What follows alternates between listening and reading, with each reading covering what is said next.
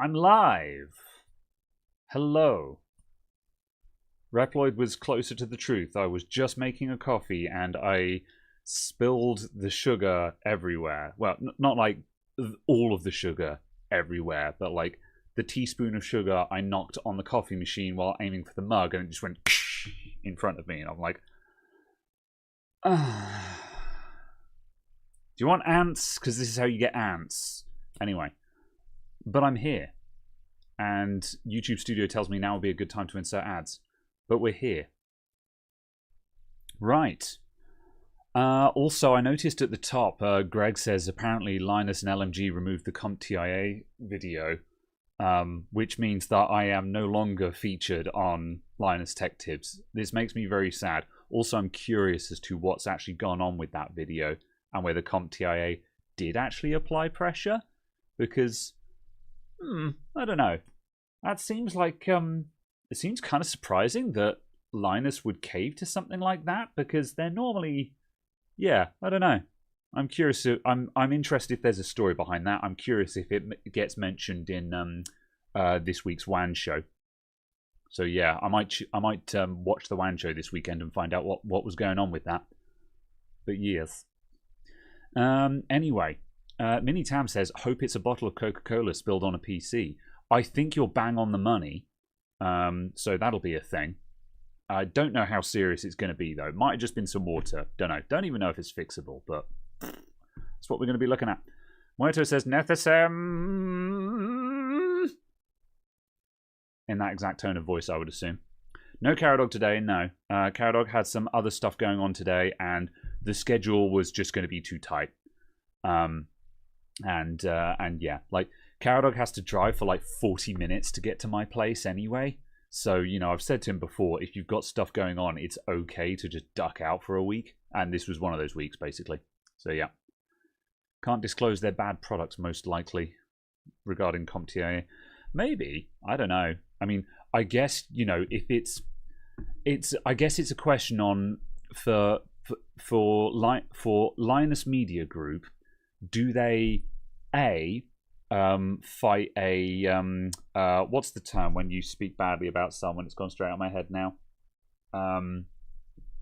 Do they fight a civil case of stuff, or do they just go, you know what, this video has probably already made most of its money, we'll just take the video down? Libel, that's the one. Yeah, that's the libel and defamation, whichever the difference is. Yeah, the LMG are just like, are we going to fight a libel/defamation case, or are we just going to take down the video when it has already made 60% of the money, you know, 70% of the money it's going to make? Because a video makes most of its money in the first week of it coming out. It's yeah, especially for this kind of content anyway. Like some YouTube content is evergreen content where it will just slowly rack up views and money over time, but a lot of stuff is video of the week. So yeah, never seen Linus' video. What was it about? So CompTIA are the organization that does the A+ IT certification for it's a basic IT certification thing. And it's always been a bit of a sticking point where people have been like, no, it's bollocks, but also people say you need it if you want it, blah, blah, blah. And yeah, Linus Tech Tips, they did a video where they talked about it and they kind of dug under it and basically said, yeah, this is pretty crap and doesn't hit on anything relevant by modern standards. And yeah, it sounds like there are issues with that. I had a stake in it, though, because that was the video where my YouTube channel appears very prominently for a couple of frames of the video, allowing me to say that I was featured in a Linus Tech Tips video. So yeah, $500 test, and if you fail, kiss the money goodbye. Yeah, it's so much bollocks, but yeah, whatever. I seen the posting for the video, but never actually watched it until this morning via other means. Fair. So I says, my competitor advertises that he has it. Enough said about him. Yeah. Like, a computer shop shouldn't need to say that they have CompTIA A+ certification. Like, if that is your bragging rights, like, my opinion of A+ has always been like if you got the A+ certification as resume ammunition, just as resume padding. So when you're applying for jobs, you've just got more relevant certification on your resume. Fine, go for it. If you're resume padding to try and get your foot in the door, that's reasonable. A lot of certification is kind of nonsense, but if it gets your foot in the door, then it's served its purpose. But if a computer shop is advertising that as a positive, I'm just like, that's adorable. You know, it's just, yeah, okay. You know. But, right. No more desktops to fix. I'm going to get our desktop to fix out in just a moment, so that'll be a thing. Did I get any Prime Day deals? Oh, did it come and go already? I bought some, I did buy a couple of things the other day that were on a one-day offer, but I didn't see that it was actually Prime Day. So I probably just cocked up.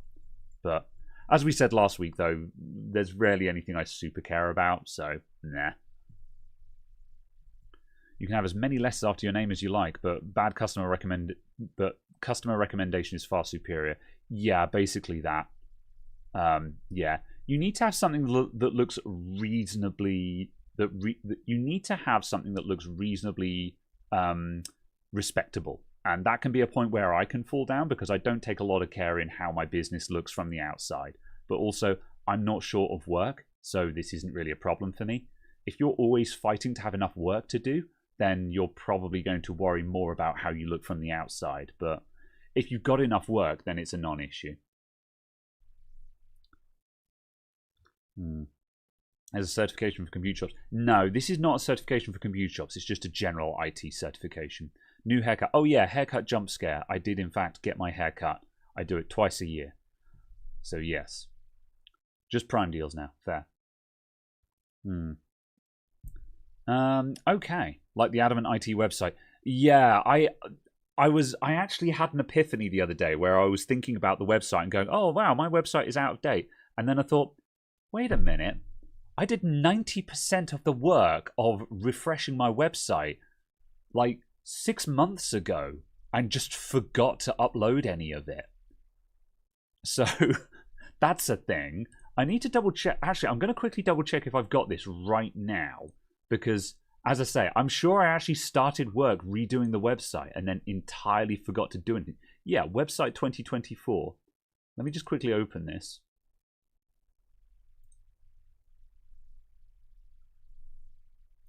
Yeah, so hang on a sec. Let me adamantIT.co.uk. Oh, good, I spelt it wrong. adamantIT.co.uk. For a minute, I thought my website was down. I was like, that would be embarrassing. Yeah, so like, hang on a sec. Let's go to repair video. So ignore my big dumb face in the way. But yeah, so my current website is kind of crap. The Twitter integration is long since been broken, and I haven't fixed it. Let's Fix Computers is there, which is cool because this just is an opportunity for people to go, wow, this guy's kind of serious, you know. Let me get my face out of the way. And yeah, and I've got the menu system here so you can browse the services and there's the contact details there and blah, blah, blah. However, it's an old website. It was built for a purpose. The new one, I've actually started cleaning it up. It needs some more work on it because right now it is just plain. I need something to make it pop a bit more. But I started moving it across and just, oh, well, that doesn't work yet. Okay, so I haven't made the other pages yet, but yeah. This was going to be the new layout. Just move the menu up to the top and just have a simple drop of information where I could just put in some info, update the information, blah, blah, blah. The website doesn't need to do much more than this, but at least this actually has my modern logo on it. This doesn't even have the modern branding on it, you know, and also just updated brighter colors, basically. So yeah. Not going to pretend the new one looks particularly good on its own, but at least it's not the old one, basically. So yes, however, the new one, it still needs something because it's just white text on a blue background, and I don't know how to fix that. So yeah, the new electric blue brand color.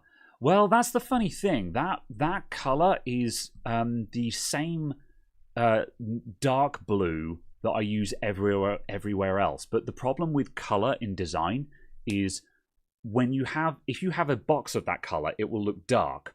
But when you have that full screen background, suddenly it looks electric blue. So that problem is actually more difficult than you think to solve. So now suddenly I have to make the color off-brand in order for it to actually look right. But I'm not a designer. I don't know how to fix that. So yeah, Squarespace ads soon. The thought has occurred to me to actually like either Squarespace or Wix or whoever. Like at some point they've asked for an integration. Is actually say to them, is for me to turn around and say, yeah, if you just redo my website for me, I'll shill for you. Just do it all for me. And then I'll say, yes, my website was built in Wix or something. But yeah. What's the logo about? Looks like a multimeter dial. That is not intentional, but also a nice coincidence. It's just a circular kind of circuit design. And the fact that it can also look like a multimeter dial is kind of cool as well. So yeah. But yeah. Embiggen the pics. But don't forget, hang on a sec. Don't forget that we're looking at 1920 by 1200 here. Most people are at 1080p, so this is going to look a bit. Well, actually, you're looking at 1080p right now, but oh, actually, yeah, I can just make it bigger now, but yeah, I need to just make everything slightly bigger. You're right. Anyway, we're not fixing the website on this stream. That's not the job. But the point is, I had actually started working on a website, and I just completely forgot. And I was doing that in June, apparently, according to the date modified files. So yeah. It's a bit Spartan, but it'll work. Yeah, I'm not a designer. I'm not a designer. If someone wants to redesign my website free of charge, you're more than welcome to. However, that will need to be someone who is actually a designer. I don't mean someone who knows HTML. I can do HTML and PHP. That's not the problem. The problem is that I'm not a designer. And the vast majority of people who you talk to that say, oh, I can make a website, they're not designers either. So yeah, a lot of people do not understand the difference between coding and design. There is a very big difference. So yeah. Anyway. Hey man, I love your beard. By the way, I liked your video. It helped me a lot with fixing a computer. Cool story, Red Eye. I'm glad to hear that. Thank you very much. That's 2 beard compliments I've had this week, which have made me happy. I'm used to people insulting the beard and telling me I should get rid of it. However, these comments, I never reply to them, but I'm always tempted to just reply and say, all of the hate only makes it stronger. It grows a bit longer every time someone hates on it. However, I've had 2 compliments of people being like, your beard is cool. And I'm like, cool. Beard needs a braid like a true Viking. So I've had this conversation on stream before, I think. But the problem that I've got at the moment is the beard is long enough to braid it or do something with it. But the moment I do that, it looks like a deliberate stylistic choice instead of it just grows this way. Right now, I have the plausible deniability of this is just the way it grows and I haven't cut it off. Whereas the moment I actually try to style it, it looks like I'm trying to do something. And I lose the plausible deniability of I'm just lazy. So that's the concern. I think I can't know you without the beard. That's the thing. For everyone who says the beard looks terrible or anything, I'm like, yes, but you do remember me. So, yeah. All right. Let's see. Maybe you should consider using WordPress. You can do quite a lot if your web server supports it. Yeah, that's not a bad shout. I just don't know if I can be bothered. So, yeah. I'm kind of like, at the moment, one of the things I like about my Spartan web page is it's just a HTML file. It doesn't require a backend. It doesn't require a database server. It doesn't require security updates. It's just a page of HTML content. No more, no less. And it runs in an AWS bucket, which means it's serverless, and it costs me literally 30p a month to run it. No, actually, I think it's like 70p a month or something like that. It's completely irrelevant amount of money. So yeah. The website is so simple that it cannot be hacked, basically. And I'm a big believer in making it simple enough that it cannot be hacked, because it's like trying to hack a calculator. You can't run a virus on a calculator. So yeah. Anyway, WordPress is in trouble at the moment. Don't go there. Oh, yeah, that's because of the word engine stuff and all the rest of it. Yeah. Just renamed to PHP and you've upgraded. Yeah, I'm not touching PHP again. I used to do PHP coding, but since I left that game, it's all gone objective-oriented now, and I don't understand any of it, and I'm kind of scared. So, yeah. All right. I can make it say boobs. A noble endeavor. A noble endeavor. All right. Also, hello, Paul. By the way, Paul, I watched your I watched the podcast that you did with Joey Does Tech, and it was a really good podcast. Yeah, it's a great show. I enjoyed it. It was good show. That's it. Also, you say you're still a classic PHPer. That's fair enough. I don't know if that's allowed or not. That's the problem. Like, I think my classic PHP and my classic SQL wasn't inherently insecure because I was pretty careful. Like, I know what injection is. And if you know what injection is, you're probably going to be okay. But at the same time, I don't know enough about modern coding to know that I'm not doing something catastrophically not cool anymore. And the problem with PHP, the reason why everyone hates PHP, is that it lets you write bad code. This is why PHP is such a forbidden language in the IT business. It's not that it's bad per se. There's nothing wrong with PHP, but it lets you write bad code. Whereas another language would be like, no, you can't do that. You need to do it this way. And this makes PHP very easy to get started with, but it enables bad practices that lead to security problems. And that's why I'm always a bit tentative about doing anything with it these days, because I'm not sure if what I'm doing is bad practice or not anymore. So yeah. What are we doing today? I'm going to grab a PC in a minute that had a drink spilled down through the top fan. And we're going to see if we can get that working. So yes, time for a collab, Graham. Yeah, potentially. Yeah, as I say, we Joey Does Tech and I we connected a week ago or something, and he was just like, yeah, we should do something sometime. I'm like, I'm interested in that. So I'm basically waiting for him to say, let's do something if he so desires. But yeah. All right. And yeah, it was on Joey Does Tech. I'll link his channel because it's a cool channel. Let me just quickly bring up the YouTubes. Ooh. Joey Does Tech. Please don't have a trailer. Oh, he's got a trailer. This is the problem with trailers, they autoplay. Anyway, yeah, it was on Joey Does Tech. If you check his recent videos, it's probably under the live section. It'll be there. It was a good show. The comments and chat are disabled, so I don't know if something happened, but I'm not going to ask because that probably draws attention to it. But anyway. All right, I'm going to go and get that PC super quick so I can start taking that apart while we waffle. Imagine replying to your emails. Hi, Caradog. Nice to see you.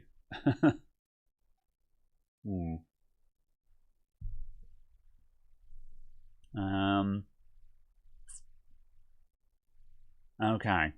Right, I think I've covered everything in the chat, so I'm gonna go get it. Cool. No, that's normal. Huh. Fair enough. Understandable. Have a day. All right. One sec. Let me just grab this this PC. Also, I'm going to move this laptop out of the way because it doesn't need to be here.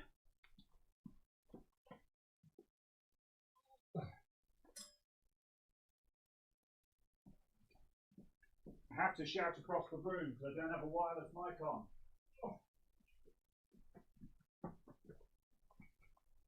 And I always forget how much this mic can or can't hear me from across the room. Okay. Oh, the filthy sidekick arrived. Right, let me update that. Right, if I go to there... Ooh. Yeah, that gets me standing. Cool. All right, and I need to move the keyboard back. Right, here's the PC. I will arrange the bench cam.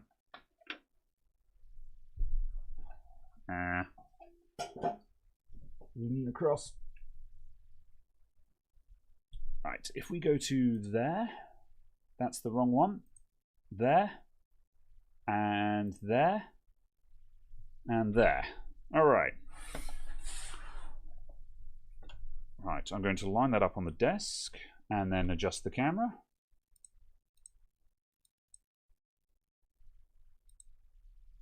That should do, and I'm going to crop my face in because we do not need to see that much of me. Face link, unlock. Right, is it that? Nope.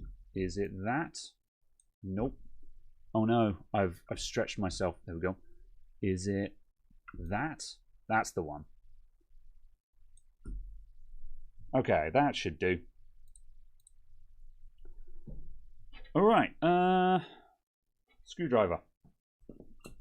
So yeah. So this PC here. A drink was spilled down through that top intake fan, and apparently just splashed down through the computer as it would. The computer apparently turns on, but there's no video output. So we're assuming that the GPU's gotten hit, and the GPU is now very upset. So really, the first thing I'm going to do is just inspect. We're probably going to take the GPU apart and clean that out. So let's see what there is. Apparently, it's a 4060. Yeah, 4060 Ti. Kind of the cheapest one, but hey, that's still fine. It looks like the computer did get cleaned up because it doesn't look like it's had liquid spilled in it, but hope the PSU is face down.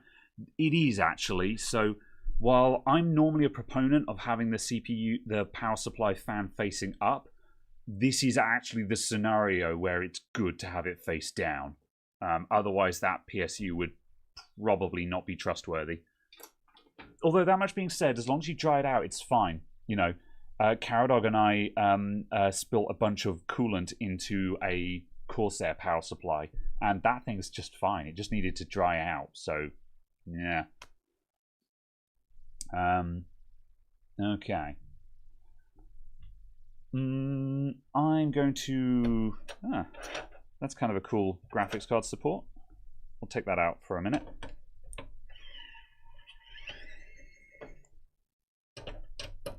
And I'm just going to have a look around just to see if there's just any other signs of liquid damage in here, just so we can see if there's anything else we need to consider. I'll take the graphics card out and then we'll have a nose.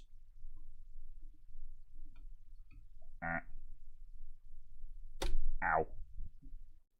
That was unusually stiff.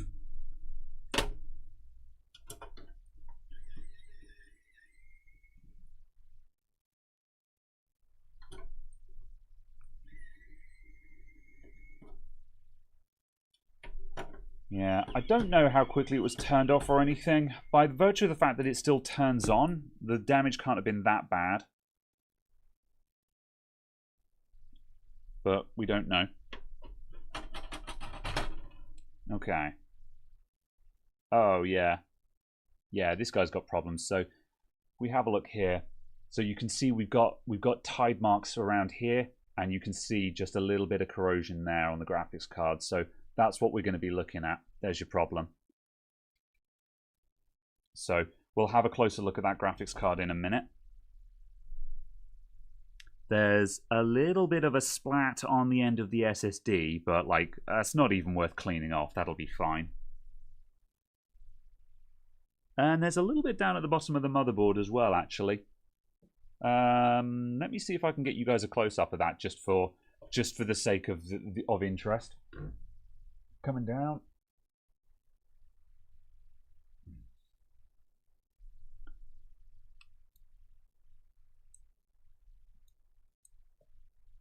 Is that maximum extension? Yeah, it is. That way. Can I go any further? No. Okay. I don't think the camera can get to here without me radically altering where it is. Oh, I know what I'll do. I'll turn the computer around instead. Right, so if we get down to the bottom there and just punch in, there we go. You can see a little bit of corrosion right at the bottom there on JRGB. So there's just a few little hints where there's been some liquid in here. That's not really going to be causing any issues. I might attack that with a toothbrush just for the sake of it. But the fact that we can see that there means it's worth just looking around the board for more stuff. So I'll do that. Right. Let's come back out again.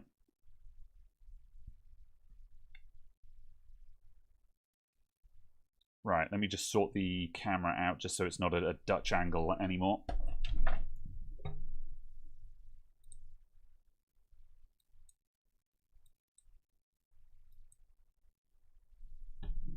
The loop. All right. Ultrasonic most of the things. It's probably not worth it. Absolutely doable though. Throw a spare basic GPU in it first. I think that's a good idea, Winston. I'll probably do that. How long was it sitting wet? Corrosion doesn't appear instantly from what I know. Unknown. But again, no. Also, corrosion generally doesn't really happen if there's no power. So, yeah. I'm not seeing much else going on this motherboard. I think I'm going to toothbrush that one spot we've seen and just leave it at that. I think the graphics card took the brunt of it. Where's my toothbrush? I'm literally just going to go.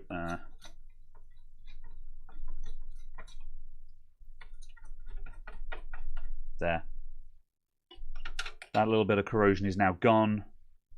I guess I'll take a closer look at the SSD just in case, but what's the GPU? It's a 4060 Ti. Right, this guy. Nothing visible on the back. Yeah. Gone. It's fine. There's nothing to see there. I'll stick another graphics card in this and just make sure it fires up okay. And then, yeah, we're basically just going to be taking this graphics card apart and seeing if we can save it. Come on. I should just use the normal screwdriver for this because then I can hold the screw better. Yep, I'm going to do that. There are certain times where the electric screwdriver just isn't what you need. Yeah, when he brought it in, I said, oh, what graphics card is it? And he said it was a 4060 Ti, and I was like, oh, that's a shame. I'm guessing you got that this year. And he said, yes, got it in April. And I said, you know, if it had been an old graphics card, then we could have just been like, well, time for an upgrade, I guess. But yeah, that's actually a card that we kind of want to save. Good. There's some dust on the CPU cooler that's worth clearing off, but we don't need to deal with that right now. Let's lob my 1060 in there, and we'll just make sure that this works.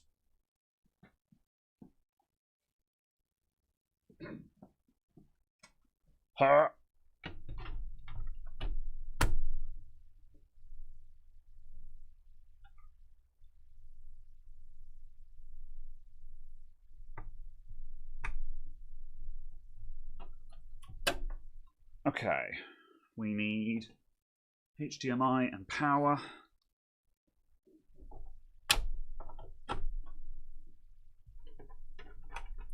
Right, what is this HDMI cable actually plugged into?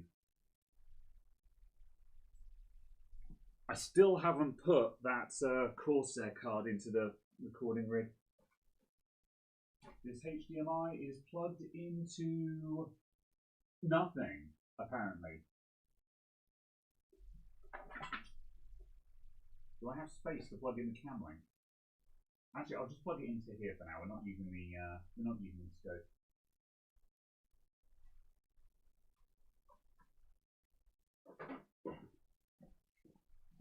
That'll do. Right.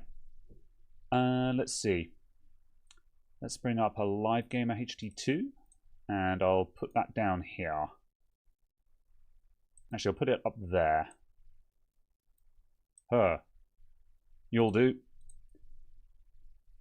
No ignition, please. Yeah, big same, big same. Okay, right. Power at the back. And there's the on button. It's in the middle somewhere at the front. Fumble, fumble, fumble.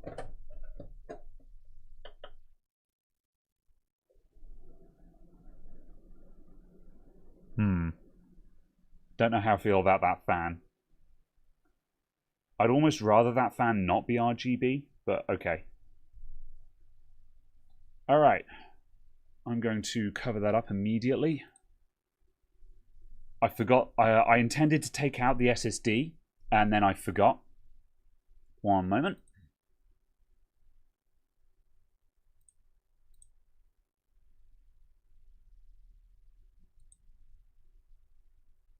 Right, I just need to adjust this. Transform.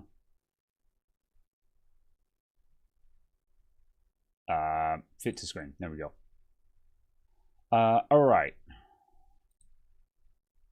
So we can go there. The computer has booted up, so that works just fine. So I'm going to shut that down again because I need to put in a test GPU. So we'll quickly, sorry, a test SSD. I'll put in a test SSD so we can actually just log on and just confidence test the computer to make sure that there's nothing cataclysmically wrong with it. And if that's the case, we can just say, cool, the PC is fine. Let's look at the graphics card. So let me just shut that down again.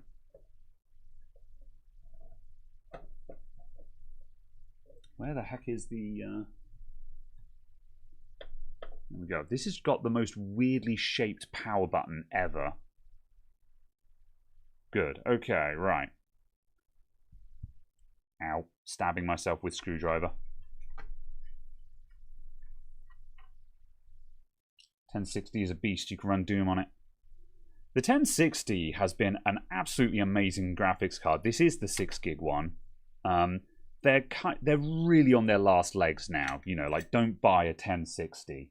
However, this compact one has been so good as a test card because it's got just enough horsepower to actually be a load, while being small and simple enough with just a single 6-pin that it is easy to run, kind of thing. So yeah, weird case. Can we see it? Yeah, hold on.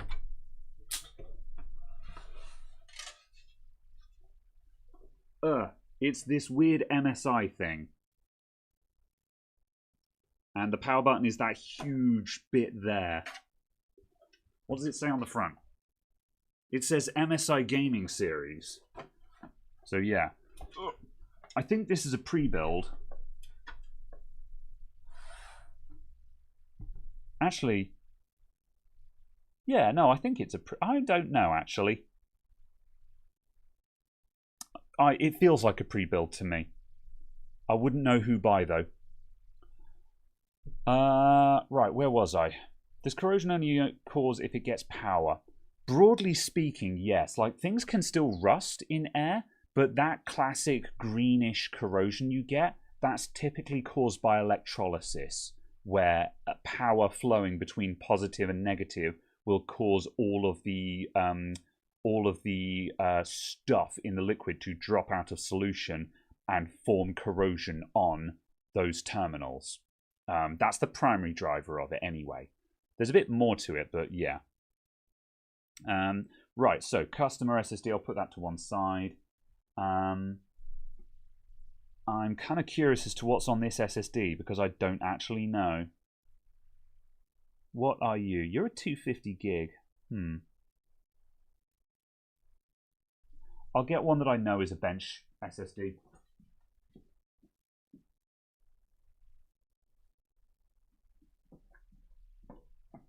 This is definitely a bench testing SSD because this is from our test bench setup.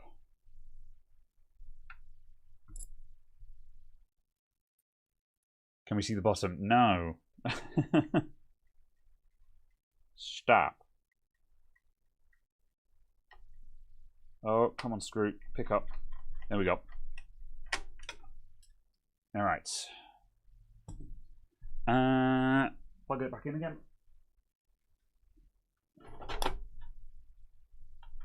That and that.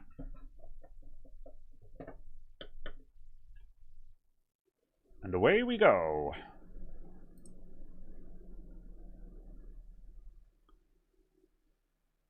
Why do they make M.2 disks if NVMe is faster? So M.2 is the name of this connector.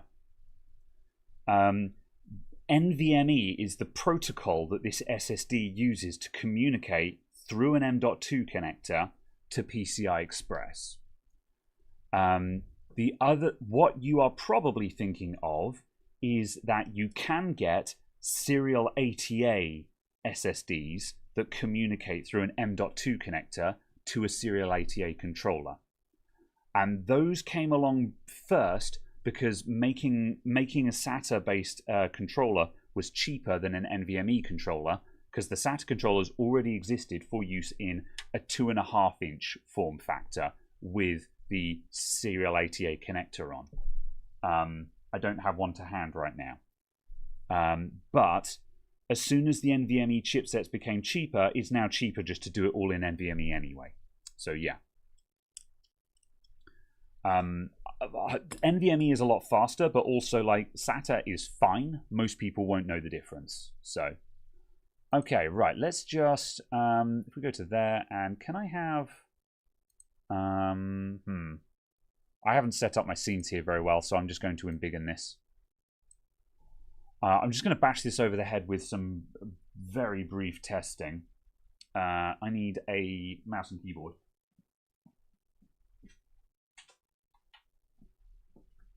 We're just going to give it a quick Cinebench and then a quick superposition run, just to confidence test it, basically. Right. Have we got... Get out of the way, me. Oh, we've got Haven there. Let me just quickly fire that up, first of all. Haven, Heaven, whatever. I need a preview, because I can't see this. My preview is way too small. Window projector, source. Okay, right. Now I can actually see what I'm doing as a special treat. Right, preset, basic. Oh, custom. Okay, right. Let's have medium, anti-aliasing 2, and let's run it at 1080p. Run. All right. We don't have graphics drivers, apparently. Pain. Okay, let me just bash it over the head with Cinebench. I might not bother doing much with this because, to be honest, the fact that we are starting and running, I have no reason to believe there are any problems with this. Whoops. If we were worried, then we might want to do some more testing. But right now, we have no reason to believe that there's any issues with this system at all. And as far as we're concerned, everything is just the graphics card, which we're going to look at in a minute. So, yeah.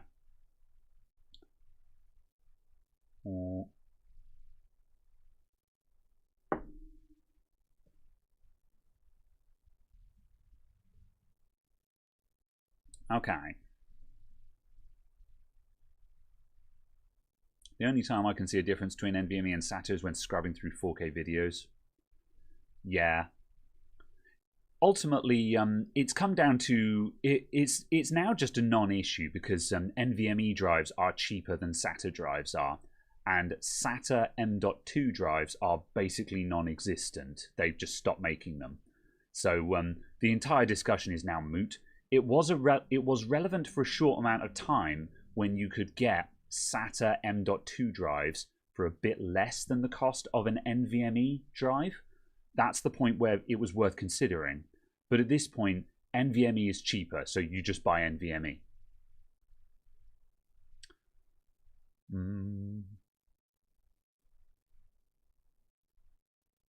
Got a 1 terabyte Gen 4 NVMe for 43 quid on Prime Day. Yeah, I picked up a few more of those FICWAT drives. Credit where they're due. Those things are really good bang for buck.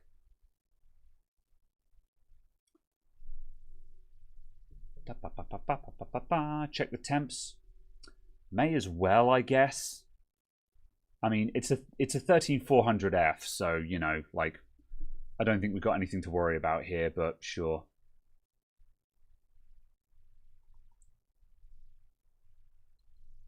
I guess we'll have a quick nosy just to make sure that it's not on fire and not and such.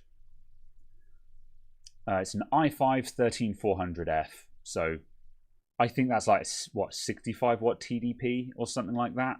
So yeah, functionally irrelevant. Can we have that over there? No? Okay, right. Our CPU is at 60 degrees. We're fine, basically. Can we see our CPU power level just out of interest? There's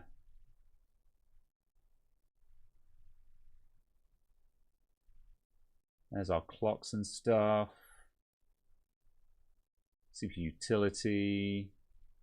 Blah, blah, blah. I don't know, and I can't be bothered to find it. We don't have drivers either, so there might be just stuff that we're not seeing here. Oh, there we go, yeah. We're pulling 65 watts. Yeah.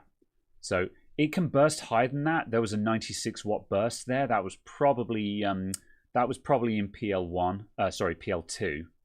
Yeah, because our PL1 power limit is the PL2 power limit is 115 watts. So it can spike to 115 for probably 60 seconds. However, sustained loads, it's going to drop to 65 watts. So yeah, this thing isn't difficult to cool, basically. So we're not super worried about it. And I'm going to assume in the background that Cinebench is still chucking along, which it is. Check the motherboard's back for corrosion. I'm not going to bother because based on the angle of the vent that the liquid came in through, there's no reason to believe that liquid managed to get down the back of the motherboard. I can't see a world where, let me get rid of this a sec. I can't see a world where liquid managed to splash onto the graphics card, but not the front of the motherboard, but somehow got to the back of the motherboard. Like, I'm so doubtful of that I'm literally not going to bother taking out the motherboard. Now, I know that I've previously said in videos, if there's been liquid damage, you have to take the motherboard out. But this is for a laptop where the liquid can be on either side, and it probably got onto the back because there was liquid splashed onto the palm rest of the laptop and stuff like that. For this case here, our entry point was this fan. I can't see a world where it managed to get onto the back of the motherboard, but not the front. That just seems completely unrealistic to me. So yeah. All right. I'm going to stop this because I don't think we've got anything else to prove here. Right. Stop. Right, let's shut that down. And we'll have a look at this graphics card.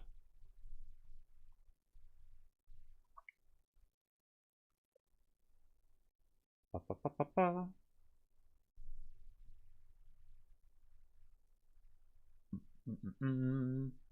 All right.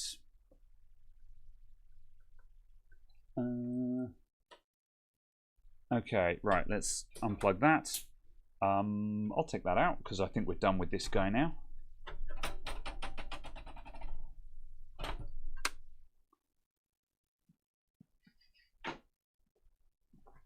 And we'll get this out of the way.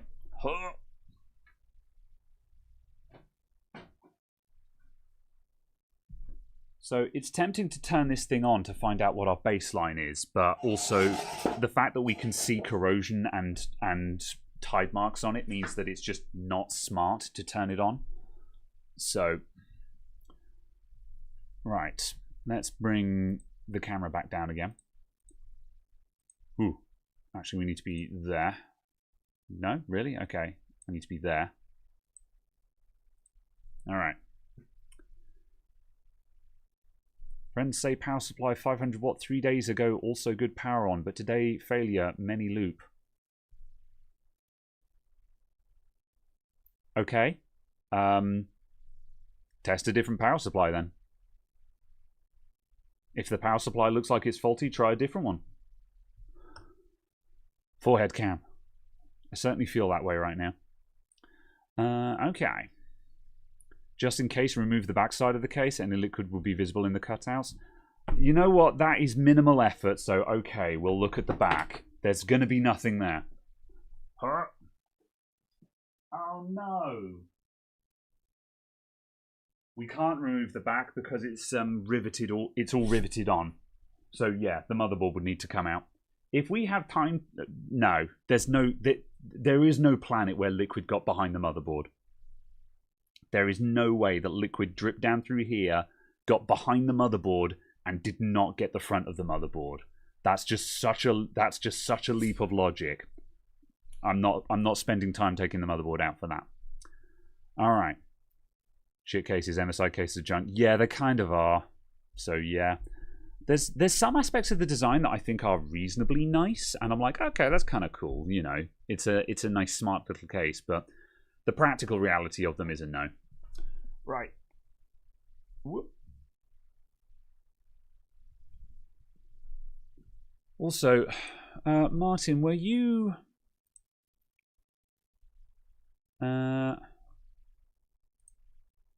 Yeah, this is the same one. You made a thread in the Discord. It's a bad power supply. Move on. Replace the power supply. Yeah, like you made a thread in the Discord about this. You changed the power supply and the computer started working. It's a dead power supply. Replace it and move on. Like, there's really no mileage in doing a dissection of dead components. It's dead. Replace it. Who cares? Basically. There's just nothing to learn from that. If it's kill, then it's kill. Right, let's move the camera around a bit. Okay, let's start taking this guy apart and and cleaning it up. So, faulty water cooling? No, a drink was spilled down the top of the computer. A drink was spilled into the top fan, and it went down through the computer. So, okay. Mention of a case, is it okay to have a good case, but it's off-brand? Like, legit no brand at all? Sure, yeah. I mean, there's a lot of off-brand cases that just don't have any markings on them, and they're all the same. They're all made in the same factory, I'm pretty certain. So, yeah. I mean, when we say that a case is crap, okay, we've got to start from the top on this one, because that screw will take off the back cover. When we say that a case is crap, it just means that it's just the build quality is kind of tinny, and it's hard to disassemble. Like, it's not going to affect the performance of the computer. All right, I'm going to destroy that.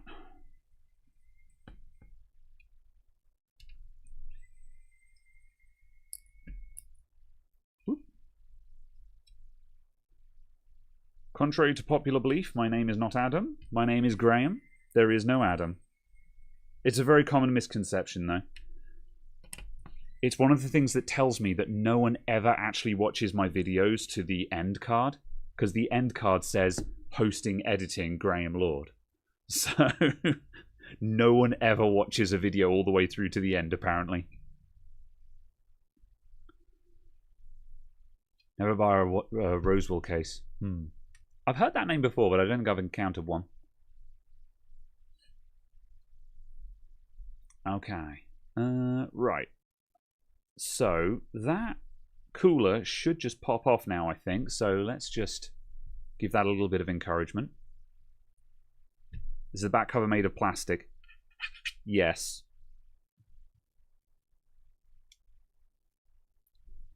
Oh my days. What is this thermal paste? This card is like 6 months old. Come on, out you come. Get out. There we go. Huh. I see. Understandable. Have a terrible day. I don't take a lot of graphics cards apart, in fairness, so, you know, I don't know, but yeah, this is what happens when you buy like the cheapest graphics card, and this is fine. It just means it probably runs a bit hotter and louder than a higher end card would. But also, it's a 4060. Well, it's a 4060 Ti, but still, it's a 4060. And when you buy in the mid-range like that, this is the area where they will just cut all the corners. That's just standard practice. So, I think Roswell is the Newegg house brand. Oh, that makes sense. That would explain why I've heard of it before, but never seen it. So, yeah. Clean the card and warranty, replace it. Okay. What kind of electric screwdriver are you using? This is the Secure. This is the Secure ES. Come on, camera, I believe in you. Come on, you got it the first time. I believe in you. Huh? Fine. It's the SQES126. This is the same electric screwdriver that I reviewed years ago. It's still going, this one. It's been great. Also, it needs to be charged, I've just remembered, so I'm going to plug that in now. Alright. Let's keep disassembling. I'm going to take the back cover off, and then we can just clean this thing up.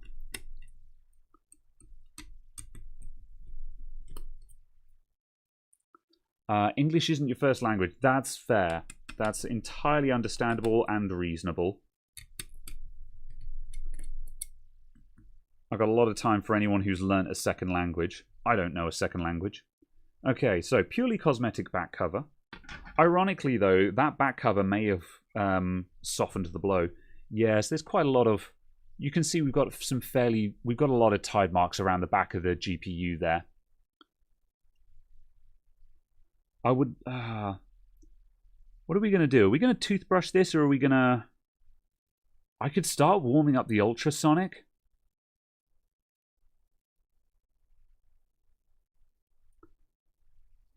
Is it worth it, or should we just toothbrush it? I'm a bit worried about that. Let me just get the microscope out. Yeah, scope time. One sec. I need to swap the HDMI cables again.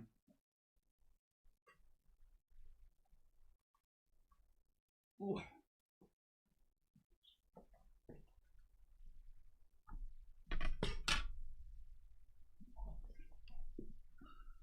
Boop, boop. Right, move you guys to one side a moment. And let's go to this one. Actually, hold on. I'm just going to take off the back cover as well, just so it will sit flat. Clean and warranty claim. Depends if it works after we clean it or not. If it doesn't work properly after an ultrasonic, then yeah, definitely warranty claim. Go crazy, use a wire brush. No.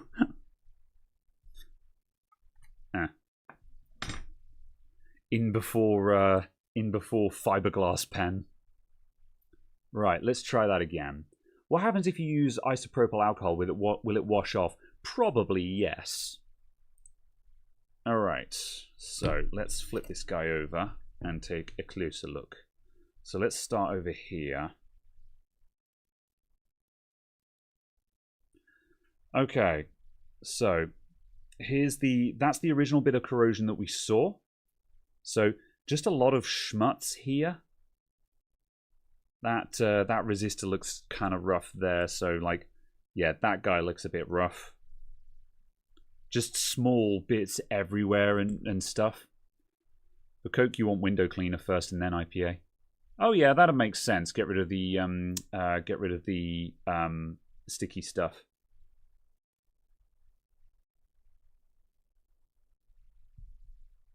That's just grossness.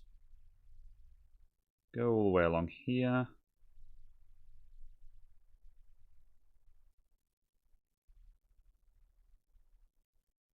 Gross. So this is just where dust has just gathered up in the liquid. It looks worse than it is. There we go. So we've got some corrosion around that guy there.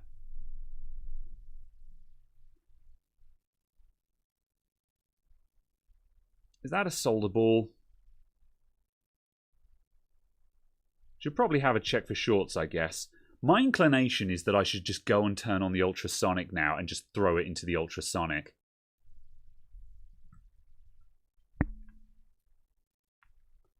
So yeah, I don't think it's worth stressing this out too much first. Clean it, RMA, yeah. Let me just do some, I'm going to do some quick stabs just to see if we've got a catastrophe here. Boop.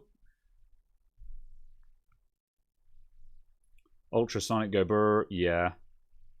Hello, Mike. I will not lick it. Right, firstly...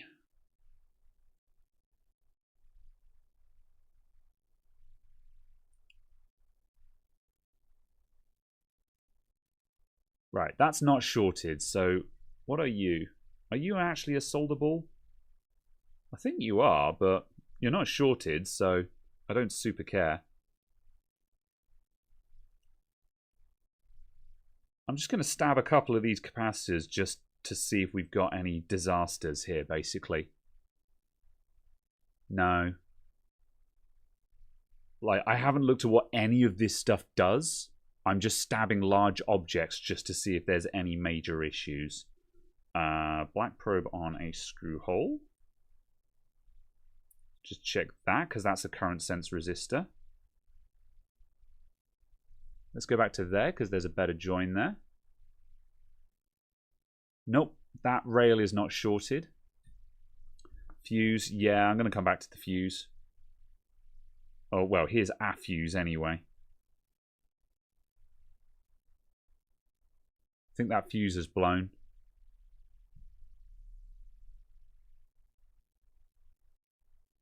Oh, no, no, it hasn't. It's just covered in junk. Yeah, hold on. Yeah, it's just covered in junk.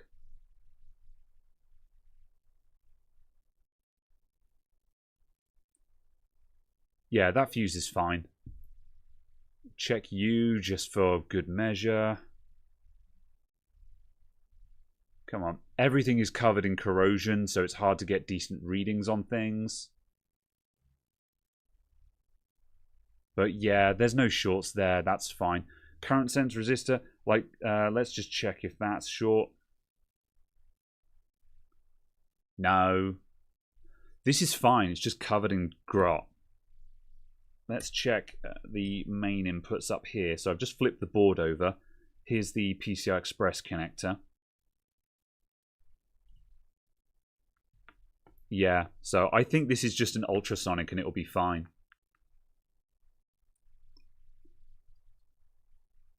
Right, let's check the main input. That's fine. And like, same place, but that's fine. Those will be fine. Let's just check if anything is blown open. That's a massive fuse, that guy. That's fine. We're expecting this to be shorted because it's a fuse. So yeah. I am going to turn on the ultrasonic. Be right back.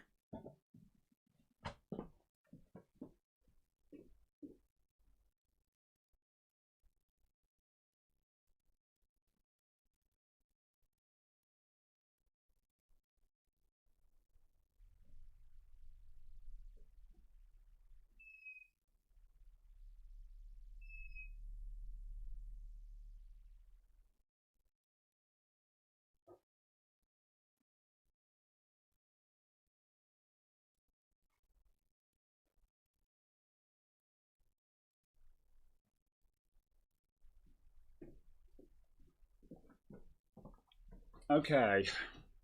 Right, the ultrasonic is on. My ultrasonic is an enormous 20-litre unit, so it's going to take 10... Wrong one. So it's going to take 10,000 days to warm up. However, we're only an hour into the stream, so it should get enough heat into it in an hour or so. So if we look at something else, we can probably come back to this and we can ultrasonic it. That ultrasonic has...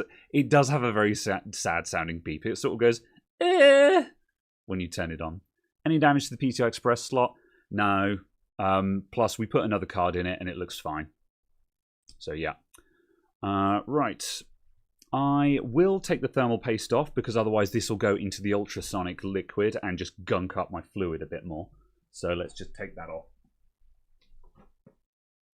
Then past that, we've basically already prepped this thing. Are there any other thermal pads on the other side? No.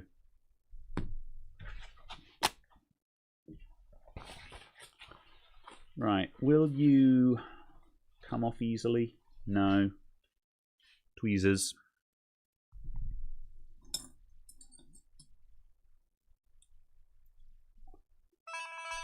Ah, sorry everyone. I'm going to move the phone somewhere else.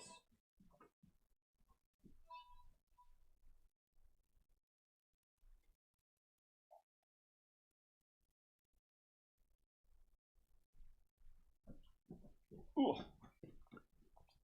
Did not spot that I'd left the phone there, directly underneath the microphone. Right, what is that? Yeah, that is just paste. Okay, I'm just going to carefully pick this off without knocking any passives off from the GPU.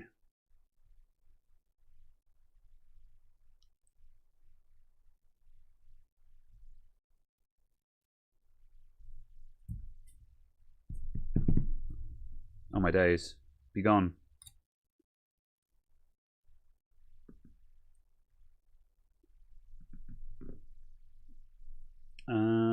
Toothbrush.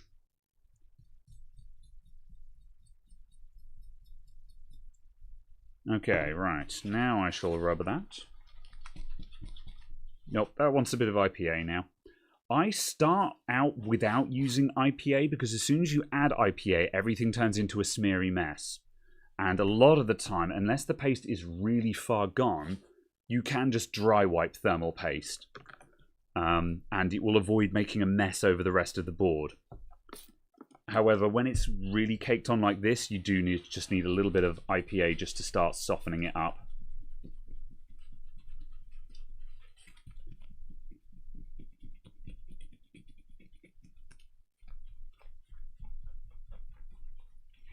That is kind of worryingly crusty for such a young card, this. I wonder if it's just crap paste. I would assume so, anyway. Alright. That'll do. It's going in the ultrasonic anyway, so we're not going to bother sterilizing it. Fine. Alright.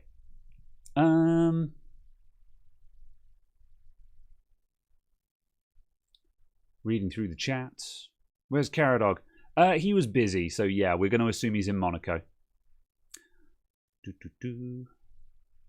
Time to drink some IPA. No. Oh, I might do, actually. Did I finish my coffee? Yes, I have finished my coffee. I've got another box of what I think is going to be more cider. Someone has sent me more cider, and I haven't opened it, so we might just bust that open. I will do that in a minute, actually, and then we'll get something else out. So, the ultrasonic is warming up. It's going to take an hour or two for the ultrasonic to get going, so we're going to come back to this. But because we've got all afternoon, we have time to wait for that to heat up. Then we'll lob this in there, and we'll see if that fixes it. I think it will. I don't think there's anything seriously wrong with this card. I think it just needs a clean. And we could probably just toothbrush it clean with window cleaner and IPA. However, if we put it in the ultrasonic, it's really going to get in all around those edges. It will really clean it properly, and it'll come out looking spanking new, which is also nice. You use an immersion heater? No, mine. I just use the built-in self-heating on it. I guess an immersion heater would probably be a lot faster. I've never thought of that before. Is that a thing people do, just to rapid heat their ultrasonics?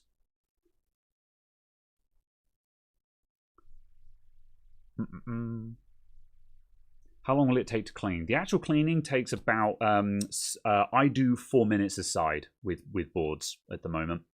I just chuck it in the basket, 4 sides. Sorry, 4 minutes, turn it over, another 4 minutes, done.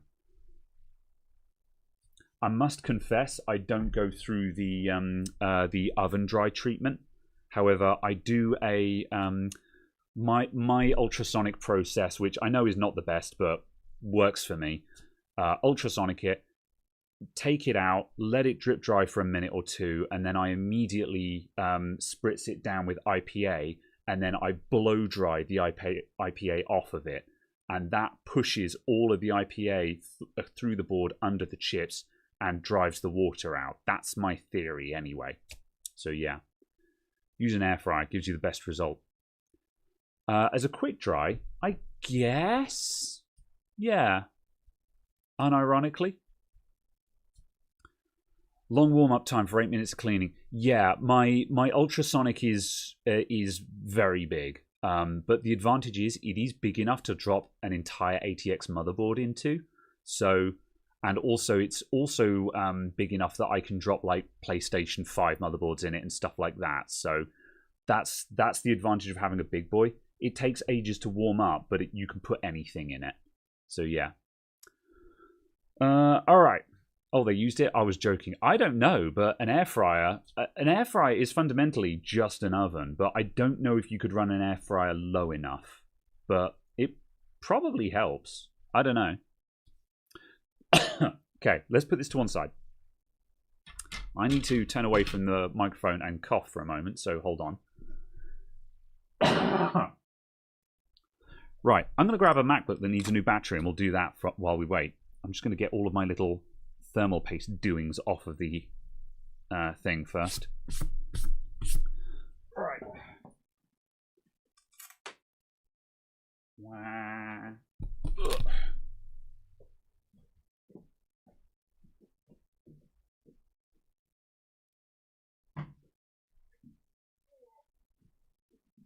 Actually, we're gonna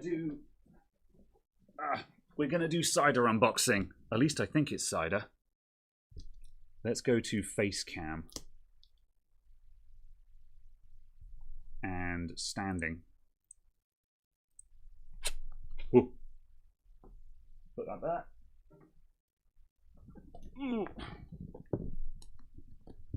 Okay.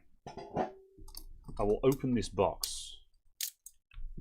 Can we do that and then do a bit of that? There we go.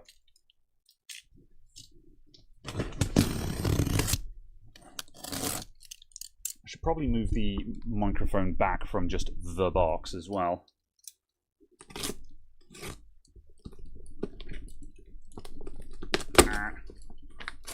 Knowing my luck, this is just a delivery from Caradog.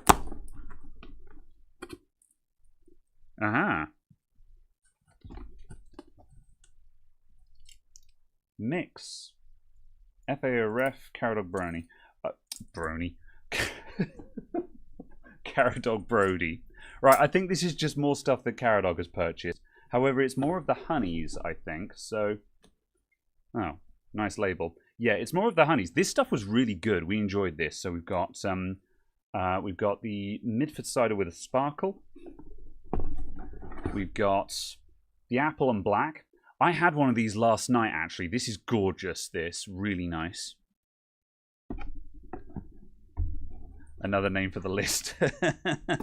I don't think he'll approve of that one. And we've got the Midford with a sparkle. That's a slight haze.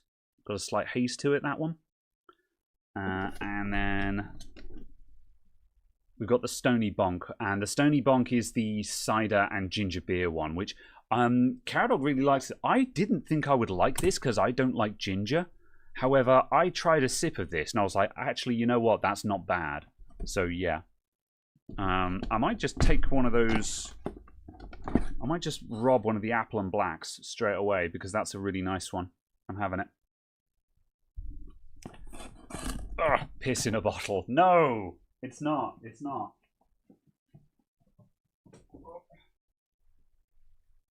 Okay, right. Cider unboxing is complete.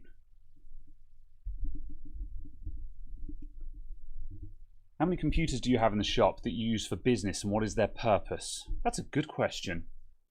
So, the computer we're on at the moment, it's difficult for actually, I can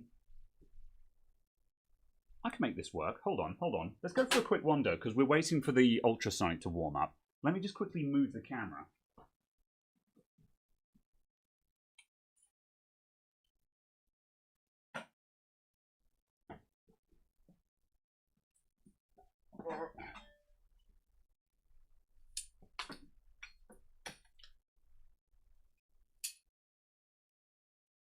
Right, I think that can see from there.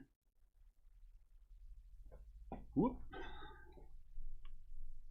Right, let's go repair video. And let's go. There we go. Right, so now we're looking under the desk. That's the YouTube rig. Let's just boost the brightness a bit.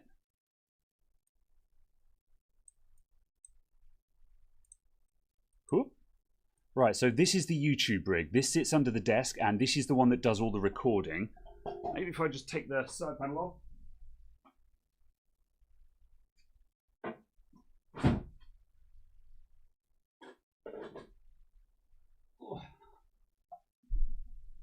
And boost the brightness again.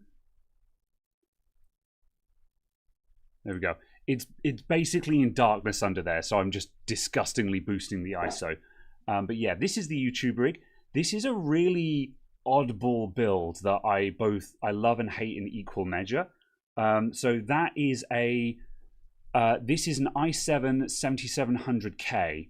Yeah, it is that's right, Spectre. It's still the 7700K PC with a what's the Asus fancy Intel motherboards called again? The AMD ones are the Crosshair. The Intel ones are something else. It's not on the floor, it's on a box. But yeah, higher than the tough, the fancy ones. Does it say on it? Oh, Formula. I'm sure, I don't remember them being called the Formula. It's something Formula. Anyway. Maximus, that's the one. Thanks, Caradog. It's a Maximus Formula with a 7700K in it. And that's got 2 AIOs on it. It's got a Corsair AIO, Corsair water cooler on the CPU. And it's got an old NZXT water cooler on the graphics card. Graphics card is a GTX 1070. And that is basically there to do NVENC video encoding. That's what it does. That's its purpose. So yeah, the capture card is an AverMedia Live Gamer HD, and I also have a. Then I've also got another capture card. Hold on, I'm going to walk in front of the camera. Where is it? There it is.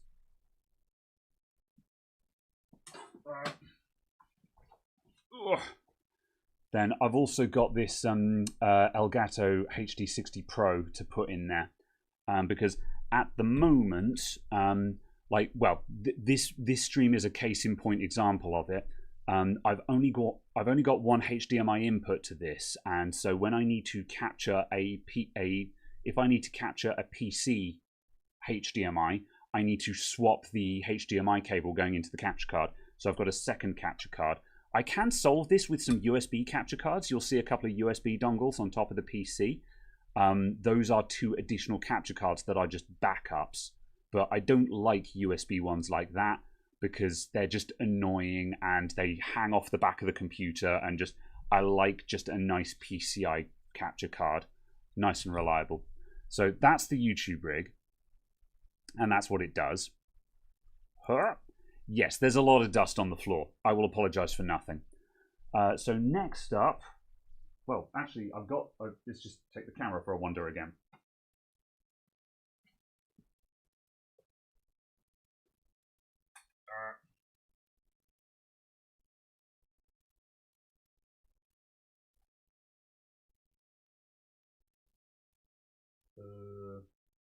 Yeah, that'll do.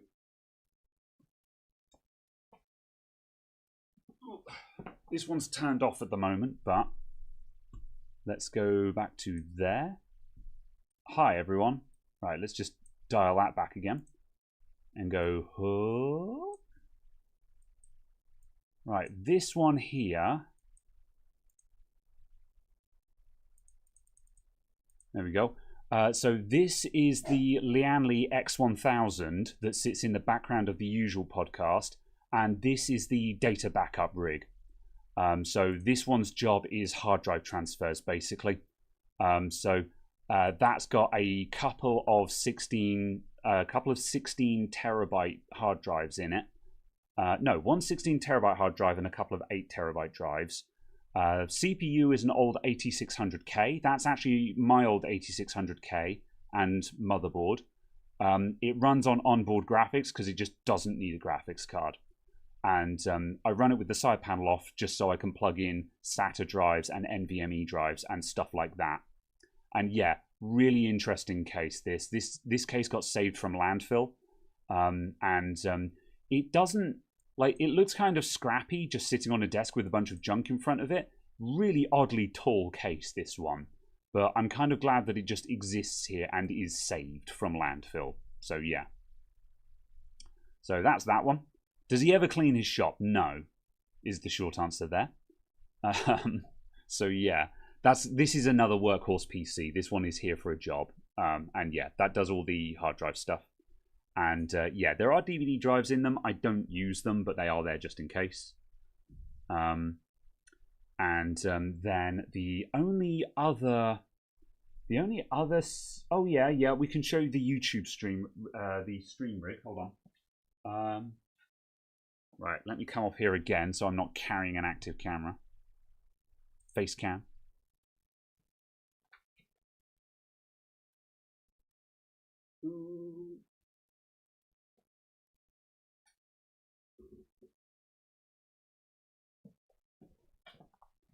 Then let's go over to here. So here's the normal YouTube, here's the normal podcast bench, and just off shot there, that's the stream rig. So that's the one that normally does the podcast stream. So this, for some reason or other, has like an 80. For some reason or other, this has like an 8700 non-K in it, if my memory serves me. That's got the ARC A770 in it for doing the video encoding for the stream. Again, it's also got an Ava Media capture card in it that grabs the Caradog's camera that does the face cam. So yeah. This is another just workhorse rig that sits there for a purpose, just so we've got a computer there for the job. It means that we do. In the old days, we used to do this off of the YouTube, this computer that I'm streaming on at the moment. However, it was a pain in the ass to run cables across the floor every time. So having just a purpose PC to one side for this job makes it a lot easier. And yeah, I like this frame case a lot. I've built this guy up into a gaming PC a couple of times to take to LAN parties, including a particularly funny instance of it where I took it to a LAN party with a 3090 in it and a 420mm all-in-one liquid cooler zip tied to the top, so which was extremely funny, and I enjoyed that a lot. So yeah, that's that one. The only other PC of note is there's an iMac on the front desk, which is just booking in customer data. But these three that I just showed you in the back room, those are the three workhorse PCs that do all the stuff in the shop. So yeah, that's it. I hope that answers the question. I'm going to move this back to the bench.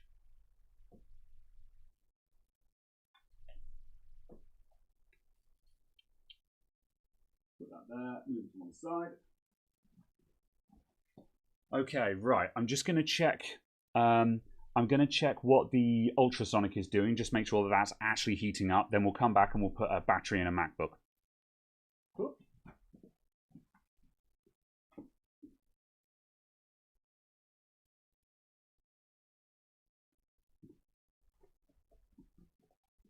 All right.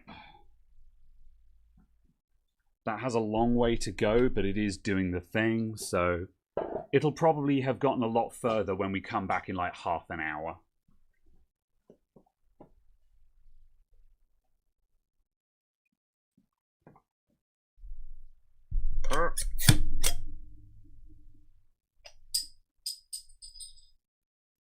Hello. Right. Drink. MacBook. Let's go.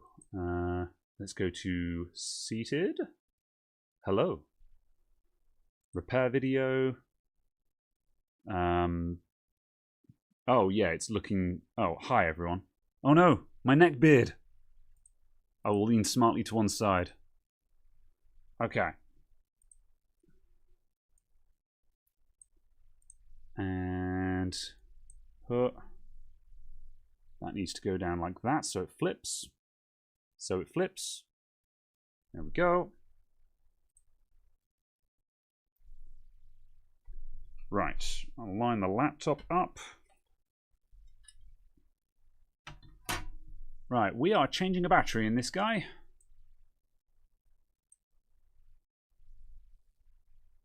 I can normally do all of this while it's paused. Right, we don't need the multimeter. Let's get rid of you. Boring. Yeah, I know. However, I said I'm here to fix things, so we're fixing things. Hello, Katrina. How you doing? Okay, right. I'm going to have a quick skim through the chat before I get started on this. Do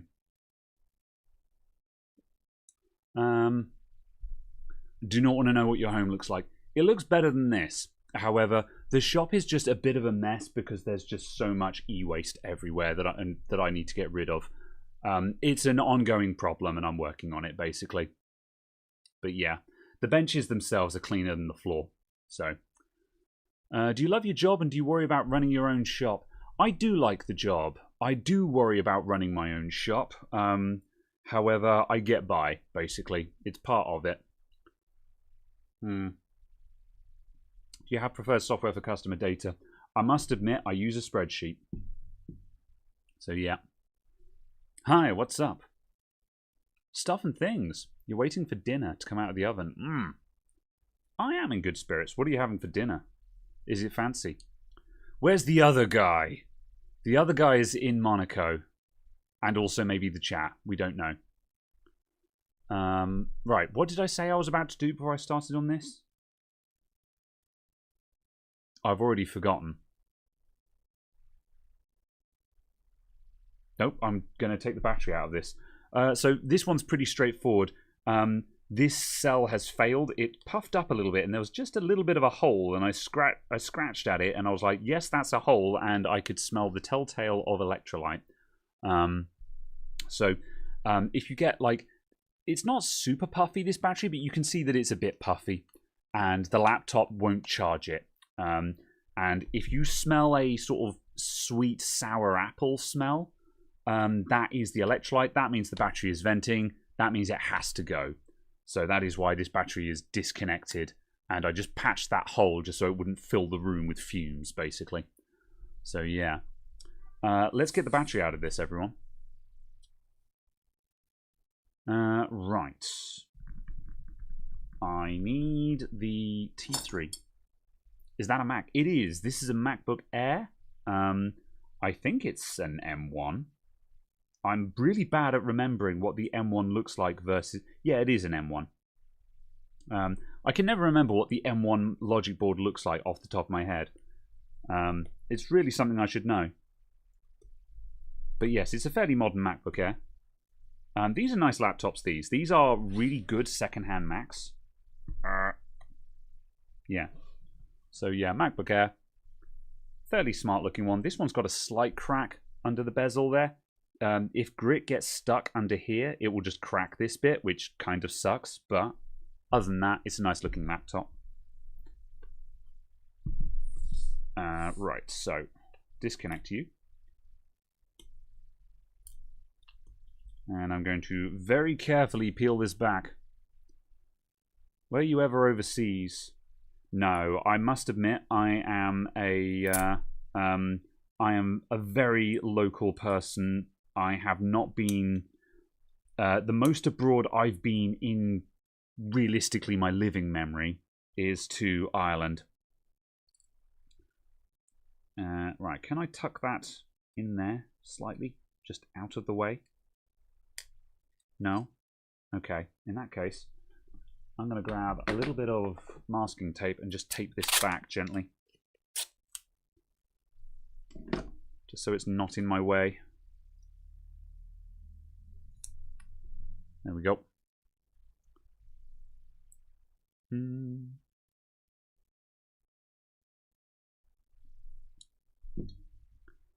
Also, Katrina is having potato salsify and chicken gratin with lots of cheese. Good. Great success. Graham is a homeboy. I kind of am, yeah. Will you have to pay AI Samsung phone? AI Samsung iPhone. I don't know what this means. This one was an Intel. Aha, yeah. Fair enough. Yeah, I can never spot the difference between the Intel MacBook Air, sorry, the late Intel MacBook Airs and the Apple Silicon ones. I think there was only like 1 or 2 generations of these before they switched over to the M1. It's just an area of Mac that I don't know very well. Mainly just because I don't need to. These don't come in for board repair issues very much as for me. Most of the time I'm just doing batteries or screens. So I don't really pay much attention to the actual spec of the laptop. Samsung is charging for its AI. Who is going to pay for it? Who is going to pay? I mean that in the sense of like, what customer is going to be like, yeah, I'm willing to pay for that?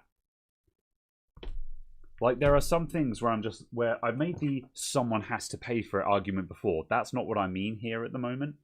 I mean that in the most literal terms of what idiot pays for an AI assistant on their phone? Terrible. I would pay to have that crap removed. Yeah. Suckering suckers going on for a year now. You know, I heard an interesting theory about the current state of the tech bro stuff with regards to like AI and just like Tesla and stuff like that. Someone said that the AI future has become an instance of manifest destiny. Like, we're in a state where it seems absurd to think that this AI stuff is actually going to take off in the way that the big tech companies are envisioning. But they're so deep in, they're so invested in this now, that if it doesn't happen, that will require them to admit that the past 12 to 18 months of all these hundreds of millions of dollars invested was a waste of time. And none of them are willing to do that, so everyone is just doubling, tripling, quadrupling down on it. And they will force it to manifest, because otherwise they have to admit that they've just been wasting their time. So, yeah, kind of an interesting thing.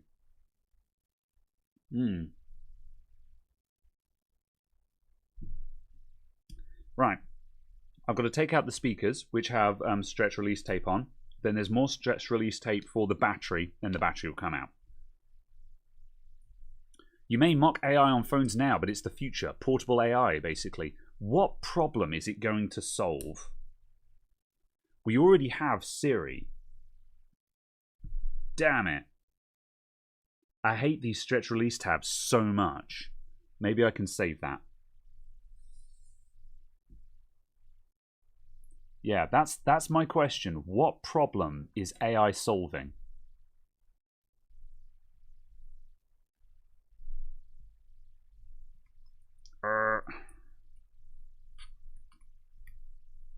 And remember that in order to solve the problem, it has to solve it well. As we've seen with a lot of the AI personal assistants, like, you know, the humane AI pin and the Rabbit R1 and stuff like that, they don't actually do anything useful, and they don't actually provide accurate data most of the time, which means they can't be trusted, so they're useless. Solution before prob may be a thing. Yeah. What's the history of this Rosemac? It doesn't turn on because the battery's toast. That's basically it.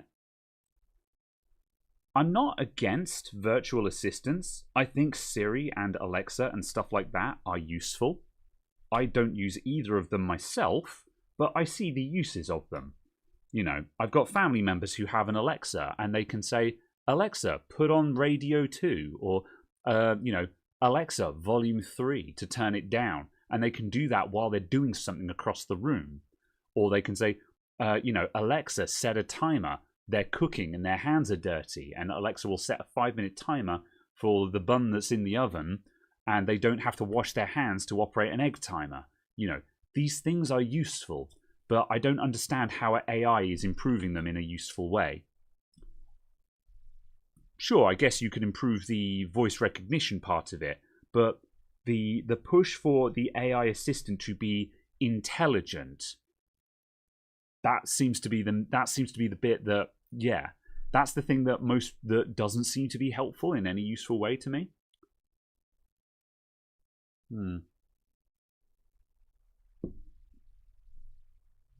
Cortana is a good example of this. Maybe a Cortana was ahead of its time. But, yeah. Right. Let's see if I can do this one without immediately snapping it. There we go.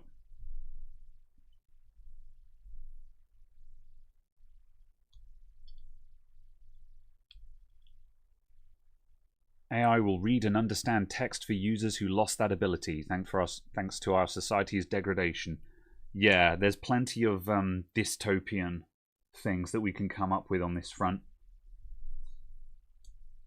Who knows what of that will come to pass? I'm not going to bother speculating about it.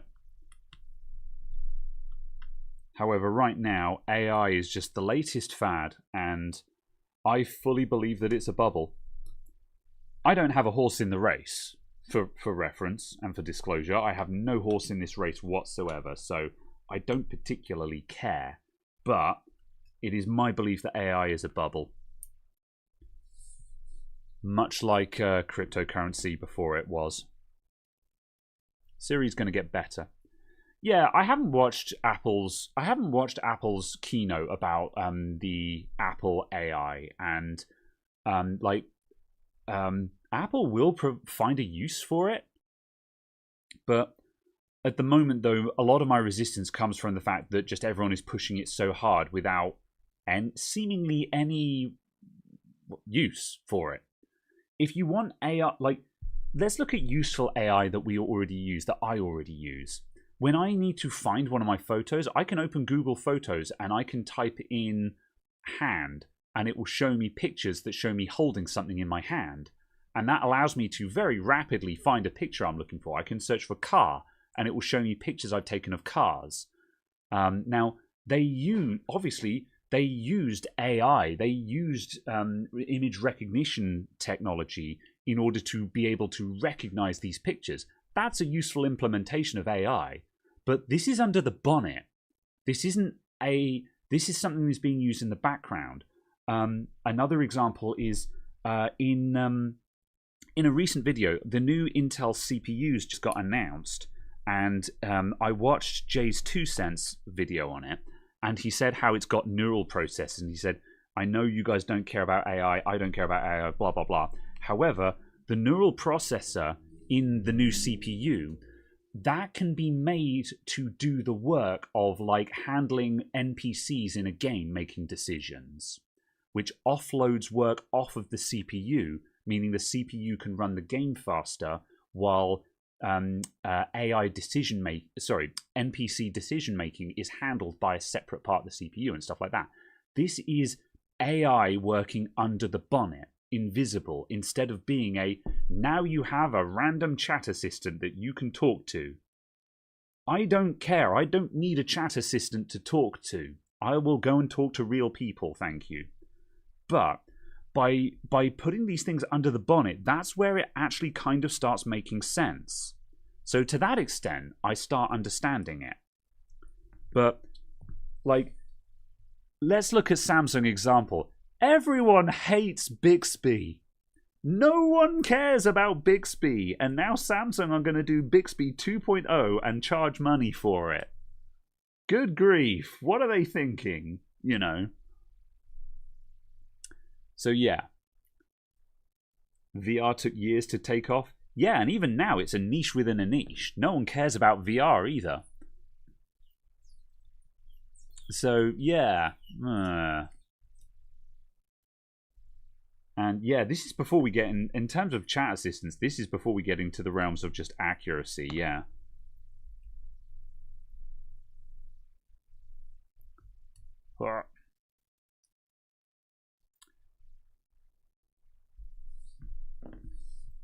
Right. Okay, I think this... Oh, other side. We're nearly there.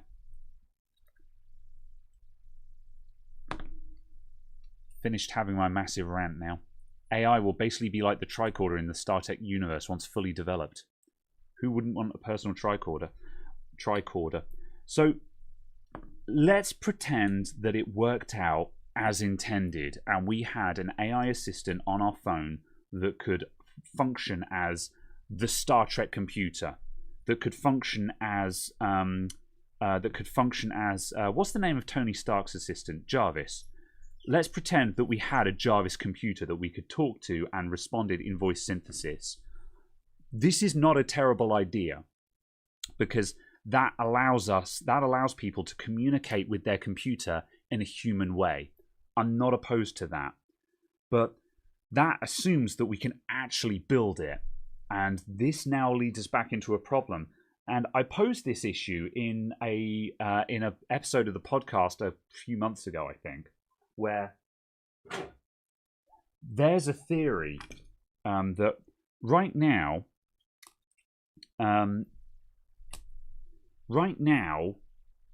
in order to train our AI models, we have to feed in extreme amounts of data to train the model on.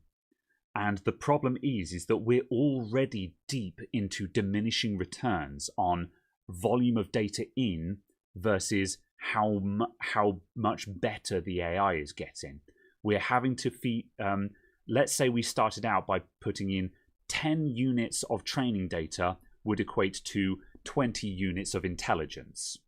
That's a good return. But the further we go into it, then it becomes another 10 units of training data gets you another 10 units of intelligence. Now it's an equal trade-off. Now we're into diminishing returns where we put in 10 units of training data and we only get 5 additional units of intelligence. And it's getting worse than that, to the point where we will be putting in 10 units of training data and getting a 1 unit increase in intelligence. That's the problem we now have. We're running out of training data. We've already burnt through all of the stuff we've got. And because there is a growing amount of AI-generated content on the internet, we are straying very dangerously into the territory where AI content gets fed in as training content, and you get garbage in, garbage out, which means your training data is even more useless and you have even worse diminishing returns.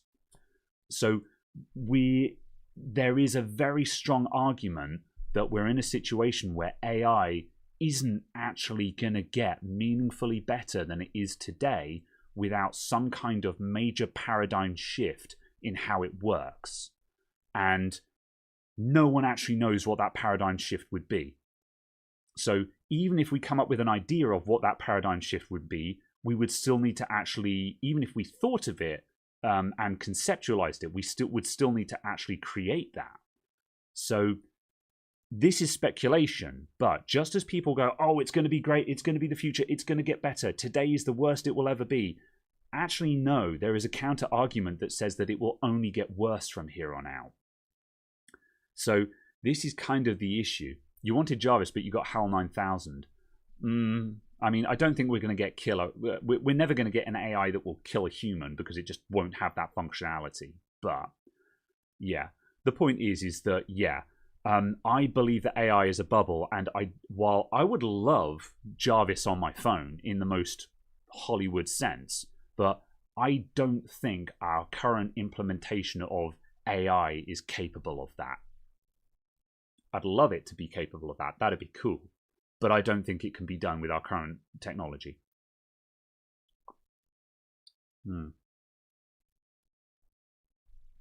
Right. Battery is in. I'm not going to fit the stretch release tabs because I don't like gluing in batteries. This battery is already held in with screws on both sides. It's not going to fall out. So I don't glue in my batteries unless I'm forced to, because I don't like glued in batteries. So don't at me. I shall now put in the screws. Let's see. I bought gold instead. Yeah. Gold is good in the long-term portfolio. Not going to go into all the rest of it, but yeah. If you want investments, and this is not a financial advice, I had a conversation with a friend the other day where we were talking about Intel, because obviously it's no secret that Intel isn't in a particularly good place right now. And I think this boat has sailed because Arrow Lake has been announced now. But obviously Intel are not in a good place right now. But at the same token, there's no world where Intel as a company is going to meaningfully fail because they're too big to fail. So I think Intel is potentially a kind of a smart investment right now. I don't think there's a planet, and like right now they're in a low point, they're struggling, but I don't think Intel can fail. So that would be a good you know, I think that's actually not an awful idea. How much was the battery? I can't remember. £60, something like that. This is a SNSYIY brand, whoever they are. Camera? Camera? Come on. You're not going to focus, are you? There we go. That's the brand of battery I picked. I buy my batteries from Amazon, so if I get a duff one, I just get my money back and I try again. I've said this before on stream, but I've tried various brands of battery, and just as you think you've got a sure thing, they'll send you a bad one. So these days, I just buy whatever seems to be good bang for buck and looks like a nice battery. I don't buy the cheapest battery, don't buy the cheapest one. Get the one that's middle of the range and looks nice, and you'll probably get something that's decent. And if you buy it from Amazon, if it's bad, you just get a refund and you try again.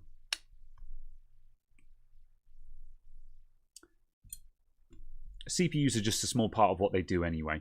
This is true. However, it's also just representative, as I say, like, it is a small part of what they do. Well, I don't know. Like, what else are they still doing? Serious question. They build CPUs. You know, they design systems, but, like, they've got Thunderbolt, but, like, I think they sold their wireless division. You know, citation needed. Have you seen how much money they've lost? Yeah, that's it. They've got a massive financial deficit right now. They've been in trouble for a matter of years, and the chickens are coming to roost, man. So, like, they're actually in serious trouble. But the problem is they're also building the United States government IT system. And there's no world where the United States government will allow Intel to die. You know, Uncle Sam is currently saying, then I will permit you to die right now. So, yeah.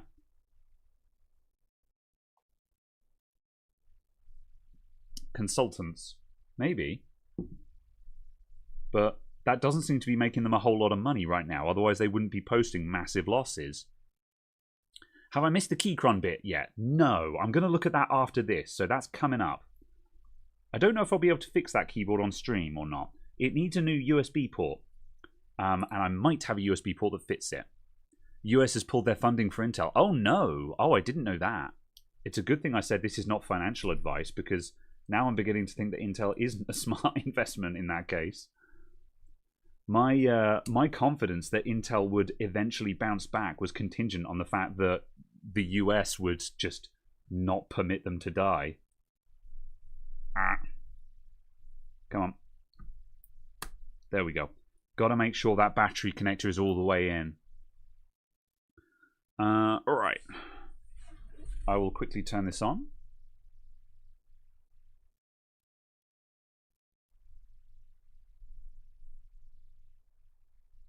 Hard to tell if it's on or not yet. Nope, okay. I'll give it some battery power and see if it turns on. Ooh. Power.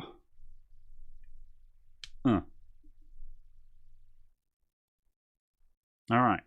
We have 20 volts. It is powering on. I'm going to tilt the screen. Oh, actually. Yeah, I'll just tilt the screen at the moment because I don't have anything specific to hand to cover up customer data. So I'll just make sure that there's nothing visible. We have an Apple logo, though. It's working. The US doesn't want to prop up Intel when they can just fund TSMC and or Samsung for much less money. I mean, the US wants to fund a US company, though, right? I don't know about TSMC, but, like, Samsung aren't American. You know, is the US wants someone who's actually on US soil that they can trust, right?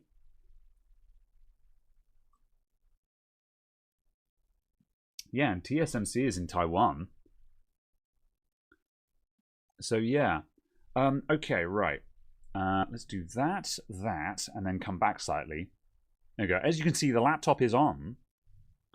And the battery is currently at 34%. So that is also functioning. Right, I'm going to close that lid. I'll unplug it because the battery's got 34% in it, so we're good. And we'll put the back cover on. Do I have the... Oh, I need to put on a couple of screws as well. Damn it. I should have put these back on before I plugged in the battery. I'm just going to do it really, really carefully now. It's okay. My bad.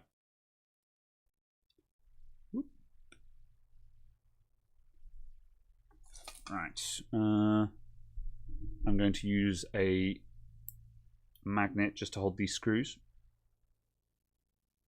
Bang, indeed. And I'm going to very carefully put these screws back on.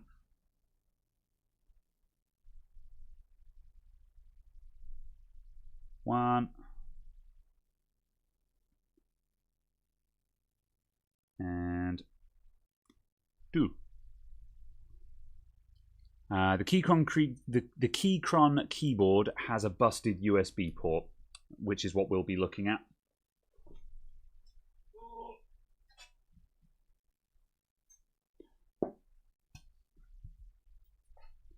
Right.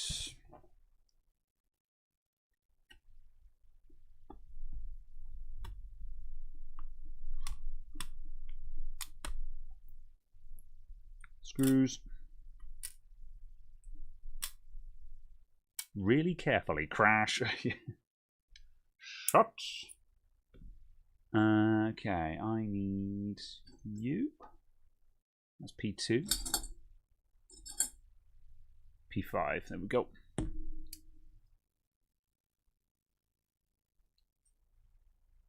I meant to drop that with pure skill. Yes, it was deliberate. I was testing you. Testing your hearing. Letting Intel and Qualcomm merge could be a good move for the US government. I mean, how so? There's no planet where a Qualcomm-Intel merger would ever happen. That would never get past the regulators. At best, let's pretend that Intel exploded tomorrow. Qualcomm would buy up some assets. I don't know which assets they would buy up. Like, they might make a move for something that would result in them getting an x86 license. However, there is no planet where Qualcomm would be permitted to buy Intel. Just look at what happened when Nvidia tried to buy ARM. You know, that got shot down by the regulators so hard. It was just like, yeah, it's just not a thing. Not a thing. The silicon world is already too small as it is.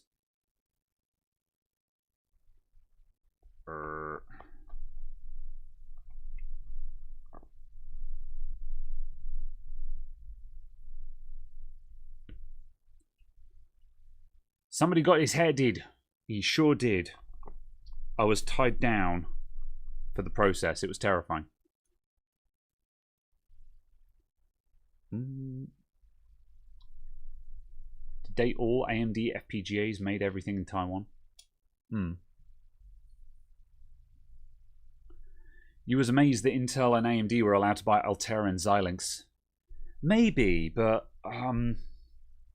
I suppose, yeah. I want to say, oh, but those are just FPGAs. But then the only reason why that seems like small potatoes to me is that I don't deal in anything that involves FPGAs. But when you look into integrated systems, FPGAs suddenly become a much bigger deal. So, yeah.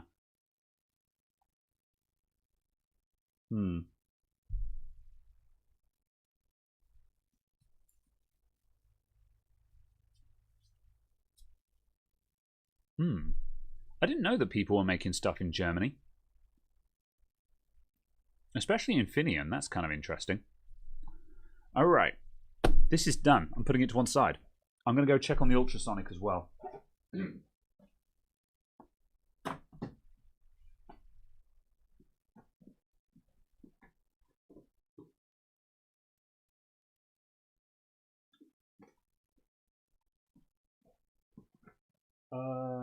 Keyboard.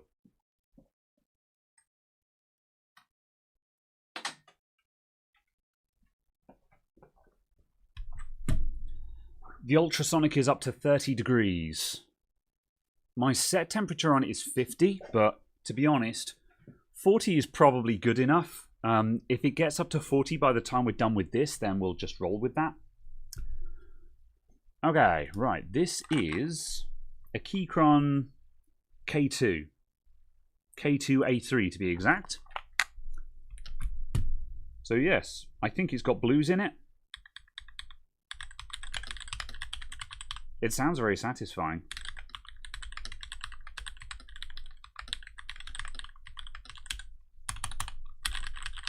Quite clacky, but it feels very nice. All right, so... Oh, yeah. Oh, there's your problem. All right, hold on a minute.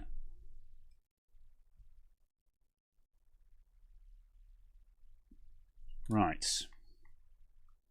There's your problem. That's the USB port. There's no center to it. It's gone. It's just a hole. So, yeah.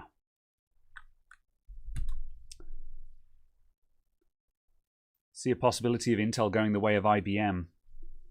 That's not... Yeah, like, I don't think that's an unreasonable concern. Oh, I'm just going to put the side panel back on this PC under the table because I keep kicking it.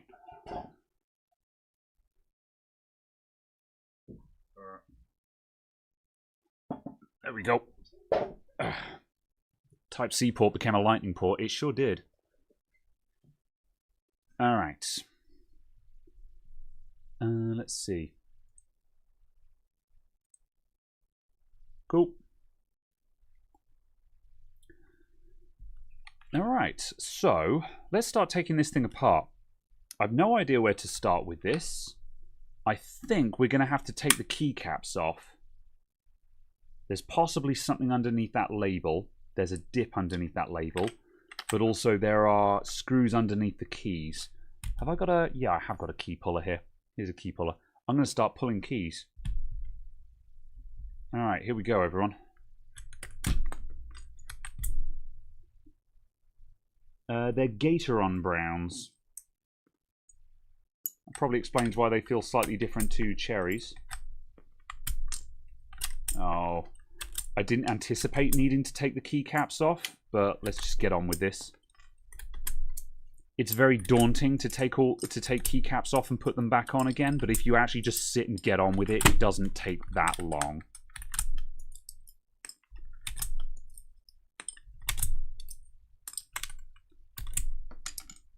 Oh, just got to try and keep them all in one place. I would take a photo of the keyboard first. That's a good shout, actually.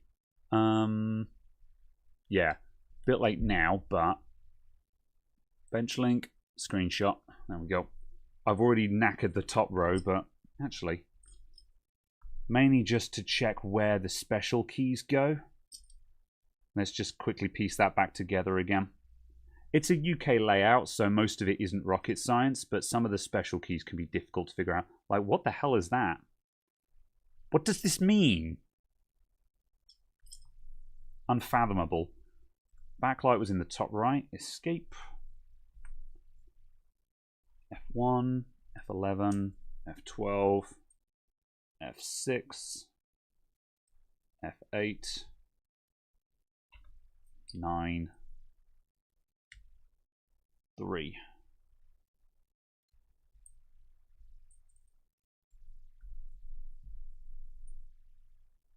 All right. Anyone see which way around the Dell and mystery symbol goes?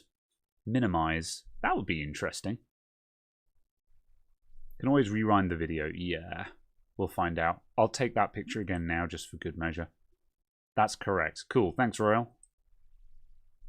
All right. Let's keep going.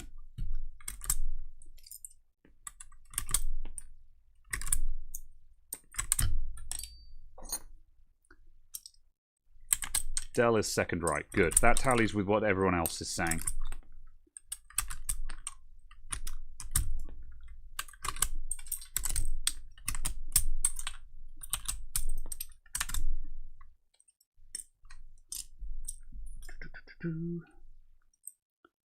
Mystery Dell backlight. Yeah. Now we play the game of what is the mystery key. Minimize would be kind of cool. That's a really cool idea. I kind of hope that is it. I could see that being a thing, and that'd be a really handy shortcut.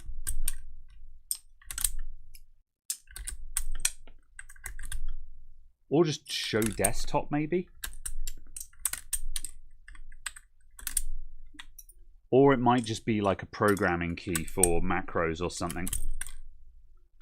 How do you tell Keychron versus Cherry? Also, which keys are best? So Keychron and Cherry are both decent brands. Like, I could tell these felt like Brown keys because I've used Browns a lot. Brown is my favorite all-rounder. However, I'm very familiar with Cherry MX Browns because I've used them for a long time, and these just felt slightly different to those. On the flip side, though, my basis for that is my... Let me just turn this off a sec. My basis for that is my RK100, which is kind of dirty at the moment. But my RK100 has Browns in it. I think they might be Keychron's. Oh, those are RK branded. Interesting. Yeah, you won't be able to see it on camera, but those are actually RK branded switches, so I've no idea what those actually are. This keyboard needs a good clean.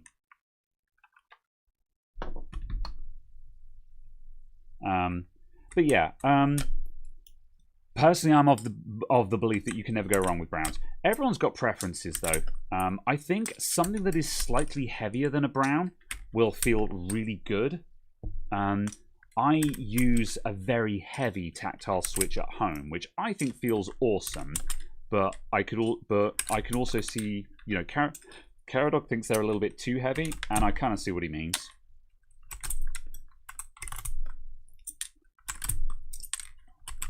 Ugh, come on.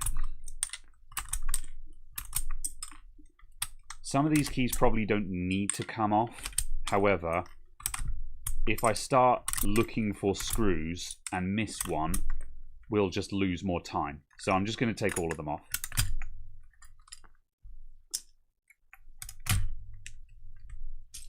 Okay, I think we've got all the easy ones now.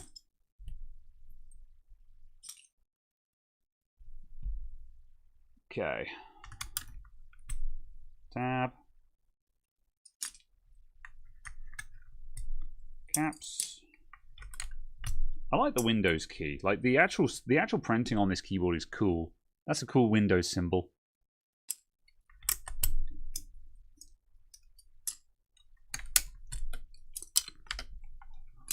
Right, and I think these last ones are going to be stabilized, so I'll just take them off by hand. Ugh.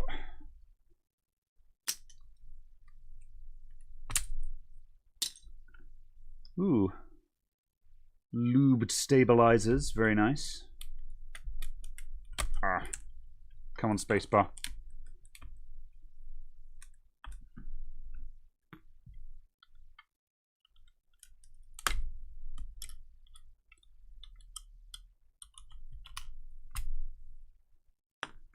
Nice. Okay, right. I'm going to give this a quick blast with my air compressor just to get the grit out. I'll be right back.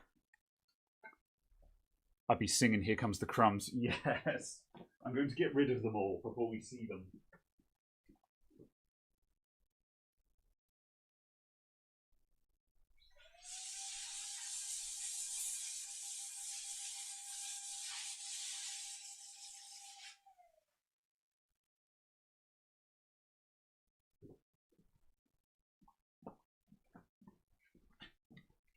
Alright, that's the worst of it.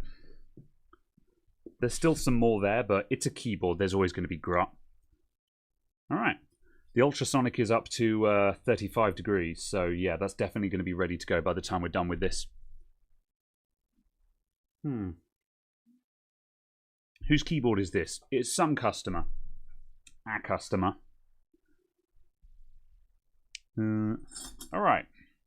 I don't know if I need to take the keys out. I'm going to see if I can avoid that. My guess is that the deck will come out as one piece when I take these screws out. If I have to take all of the keys out, that's going to suck. Is this hot swap, actually? I'm just going to check. I would expect it to be. Ooh, I don't think it is, actually. I'm going to leave that alone. I don't think that's hot swap.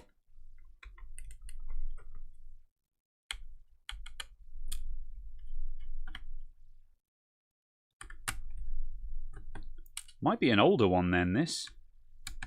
I thought basically all of the Keychrons were hot swap in this day and age.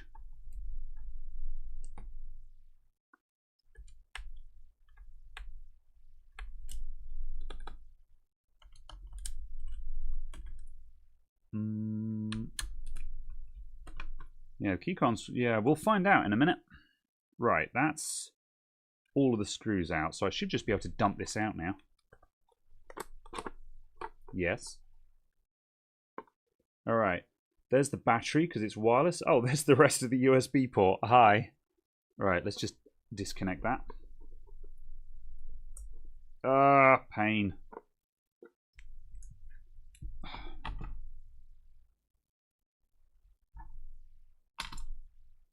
Put that back on.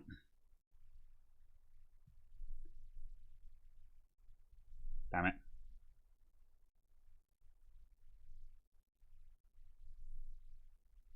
Got to get these two pins exactly lined up.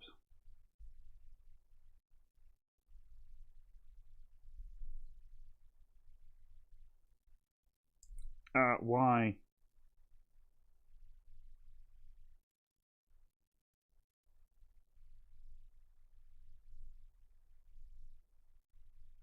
There we go. All right, got that back on. Little wireless module there. Okay, right, there's our USB-C connector. Here is the battery, and there's the rest of the USB connector.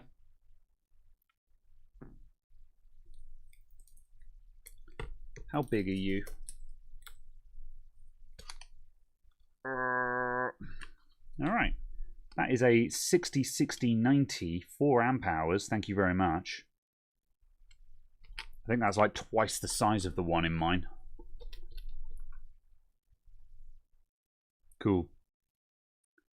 I'm always curious about modding keyboards like this with big batteries, just because when you're running these wirelessly, you'll drain the battery really fast if you use the backlight. They last a decent amount of time with the backlight off, but they don't last long with the backlight on.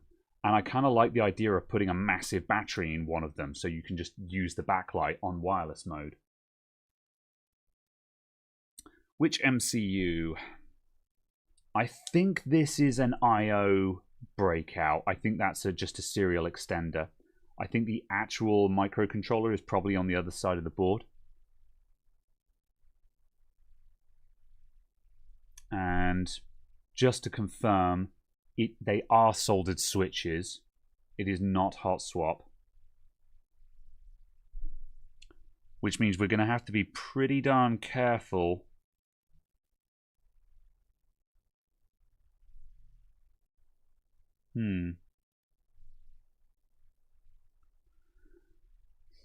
I guess I could take out a couple of keys around the USB port just to get the plastic out of the way.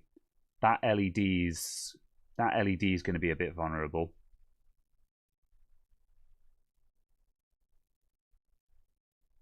I should probably look just to see if I actually have a USB port that will fit this first, though, because I'm not sure if I do. All right. Low melt. Maybe. Did you see the comment about making more VR PCBs with mouse bites? I did, and I think I replied to it saying I'm fairly certain that won't work because as soon as you make the board bigger, it costs more to manufacture. There will be a point where you go. There will be a point where you switch over to it being more economic, but that's when you're in mass production. If you want to make like 10 or 20 at a time, it doesn't work, basically. Right. Let me get my collection of USB ports.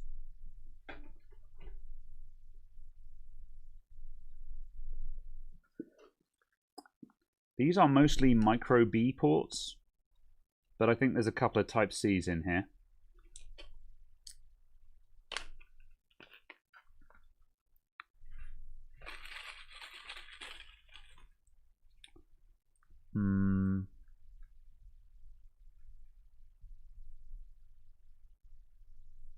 Nope.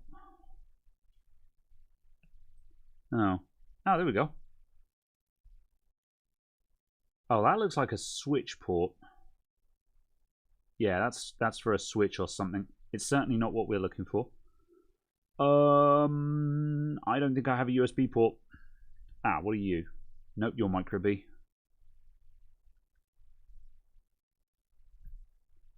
Weak. Okay. I'll have a rummage. I've got some just other random USB-C ports in my box, I think, so I'll just see if I've got anything generic. Otherwise, I think this is mostly going to be just an inspection to see if we can find a replacement port. Let's see. JLC rather than PCBWay. JLC are cheaper, and I think the website is easier to use. However, you know, they all do the same thing, so use whoever works best for you.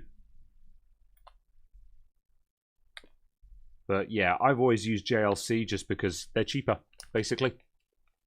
What cider am I drinking? I'm drinking Honey's Apple and Black. It's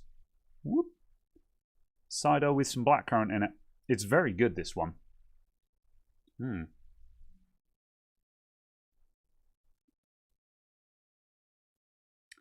Per PCB or per PCB sheet size? Well, the bigger the PCB is, the more expensive it is. So if you're printing a sheet, the sheet costs more. So obviously you need to crunch the numbers on what's more expensive. 10 PCBs that big, or a PCB this big with 10 of your PCBs within it? And the answer is 10 PCBs that big is cheaper. But again, if you get up to a complete panel, which is going to be this big kind of thing, then it will become cheaper to do a panel with mouse bites. But at that point, you're going to be making a lot more than 10. So yeah, as I say, you've got to figure out where your break-even point is there. All right. Let me get the box of random junk.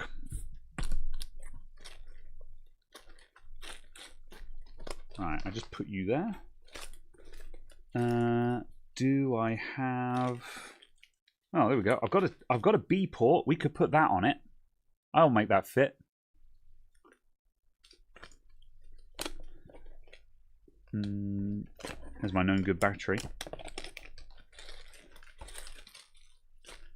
I don't think I've got anything meaningful here. There's some more random micro B ports for something. Those might have been the ones that I was looking at. Weirdly, I've got some TP4056 modules. There's Type A ports there. Oh, what are you? Switch light. I'm going to dig those out just because I want to put them in a separate place where I know I'll find them.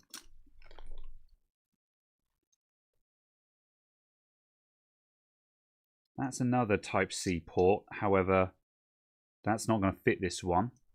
I suspect this one might be for a Huawei laptop.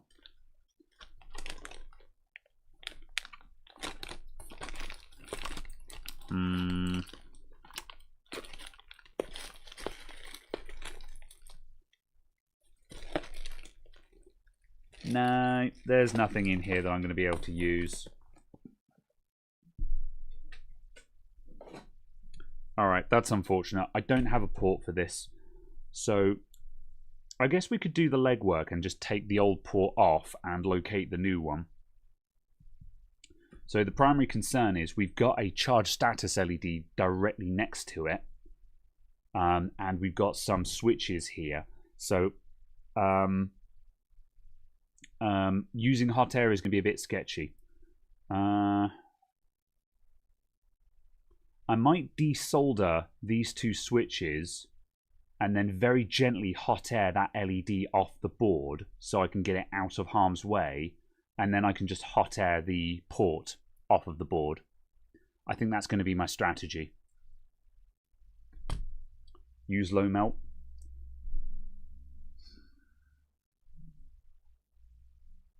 I don't know if that's going to mix into the anchor points. Like, I can apply some low melt there, but I don't think that's going to mix down into the anchor points to make a difference. Can you use 2 irons for the LED? Might be able to.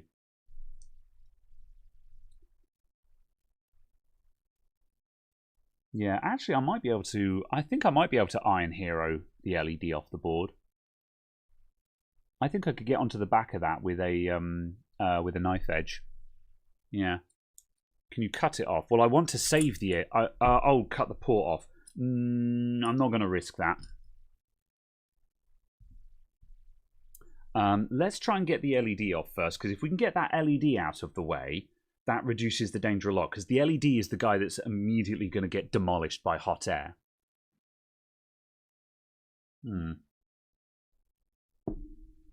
Right, I'm just going to get the... Oh, we've already got the scope plugged in. Alright, 1 sec. Just going to rearrange everything.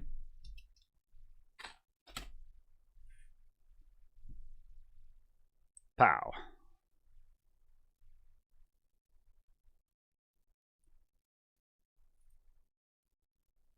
Alright, there's our LED.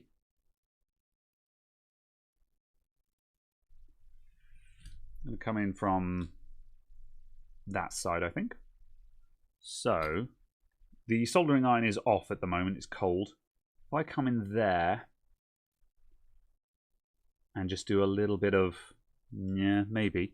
What about my pine saw, which has got a slightly bigger tip on it? Check the ultrasonic. I'll have a look at that in just a sec. You need my OBS settings.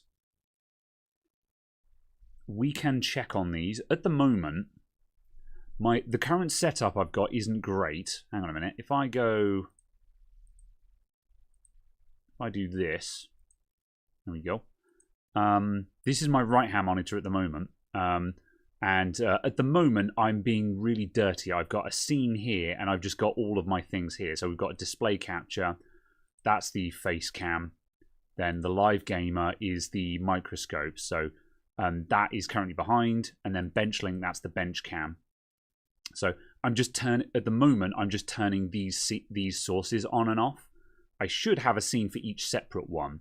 But normally on this rig, I would be working in the 4K tile scene, and I would just have all of the sources tiled out. So, let's see. Display capture, let's just turn that back to there, and turn that off again. Right, so, there's the Pinesaw 2. I think that could get the whole thing. So, let's try that.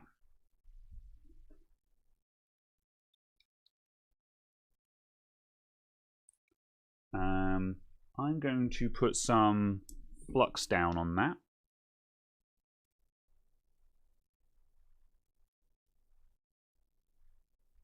I'm making this up as I go. And we're going to get a little bit of fresh leaded solder in there.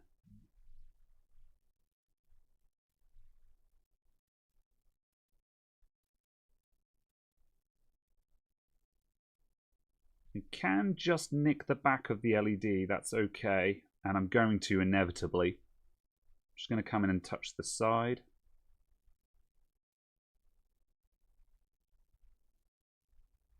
There we go. Right. I've just touched each one of those solder joins, so they should be a bit more willing to move now.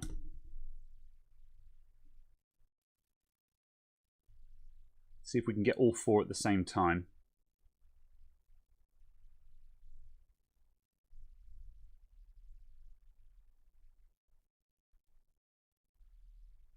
There we go. Get rid of that. Oop. Right.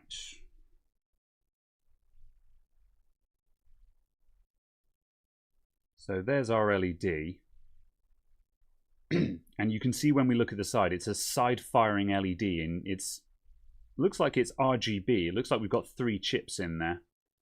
So that obviously has that's obviously got a I'm probably guessing that's got a white, orange and green or something like that in it.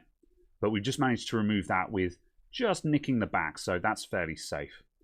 I'm going to put this on the other side of the board and tape it in place so I don't lose it.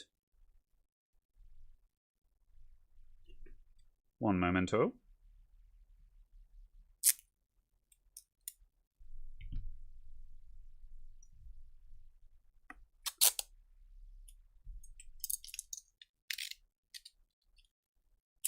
Yes, Captain Tape indeed.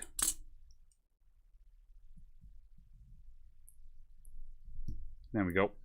Right, you are safe. You are sealed in. Cool. Right. So now we've got that LED out of the way. We've got better access to here now. So the next concern is we've got a switch here and a switch here. I think I'm going to extract those two switches. And then this switch here, I think we're okay with that. If we extract these two key switches and then aim the hot air just away from here, we can just hot air that off the board fairly safely at this point. So yeah. Ooh. Subtitles always call it captain, as in the captain of a ship. Yeah, it is called Kapton tape. Kapton spelt with a K. And Kapton tape is a brand name. However, most people are using generic brands, but I believe Kapton tape was the original brand name for this stuff. Yep. But yeah, it often gets known as captain, as in the captain of a ship, because that's what it sounds like. All right, I'm going to come off of the microscope a sec. Let's turn that off. Boop. And I'm going to turn on my desoldering gun. And I'm going to attack those two switches with the desoldering gun, and then we can just take those out.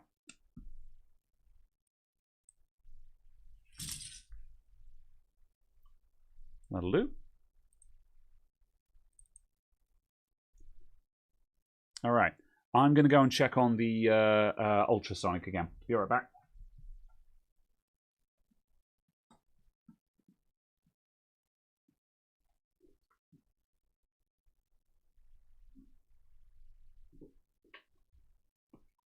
Yeah. The ultrasonic is at 45 degrees. That's good enough for me. I'm going to go and log the graphics card in the ultrasonic. I don't have any kind of cameras that can reach out to the kitchen where the ultrasonic cleaner is, but it's not terribly exciting. It's a tank of water. You drop it in, you push the button, it makes a horrible screeching noise for 4 minutes. So yeah, I'm gonna chuck this in there. We've taken off everything that needs to come off. There's no labels anywhere. These bits don't super matter, and we've taken off the thermal paste, so that's not going to leave anything. We've also removed the thermal pads because those would come off in the ultrasonic as well. So yeah. Is this fake Captain? Yes, it is. This Captain tape is not heat proof. So yeah, that's how fake it is. It's terrible. I need to get some new stuff.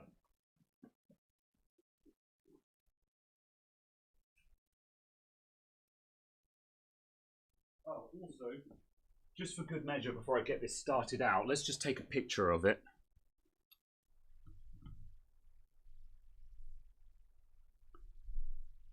Let's see, bench link, screenshot.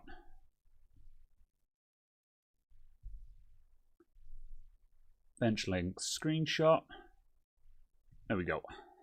Craps and tape strikes again, yeah.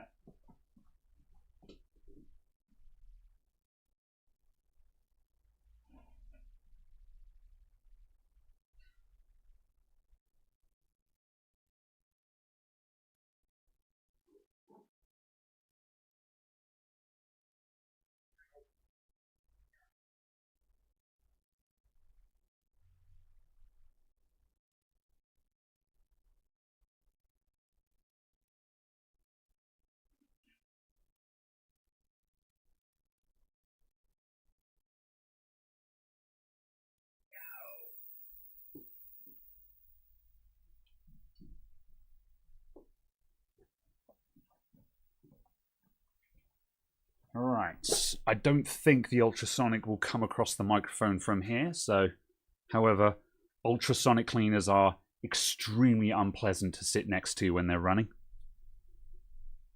Oh, you need a simple Wi-Fi cam that you can put feed in the corner. That's not a terrible idea, actually, because the ultrasonic is close to the back door, and people have often said you need a camera to show you dusting stuff out.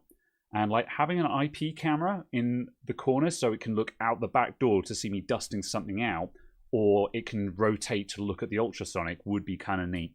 So yeah. All right. Cool. Let's desolder these. The desoldering gun should be good to go. Big solder. So I'm going to wet this. Sorry, I made myself jump then. Accidentally finger triggered. Trigger discipline, people. Trigger discipline. Right. So I'm going to add a little bit of leaded solder to these joins just to get them moving.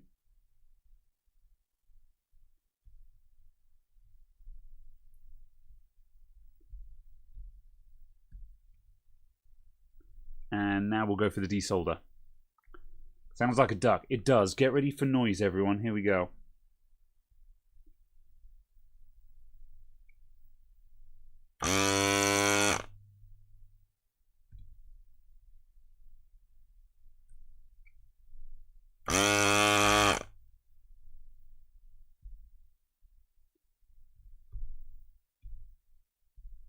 Oh, that pin is bent sideways. That one's going to be a problem. There we go. Straightened.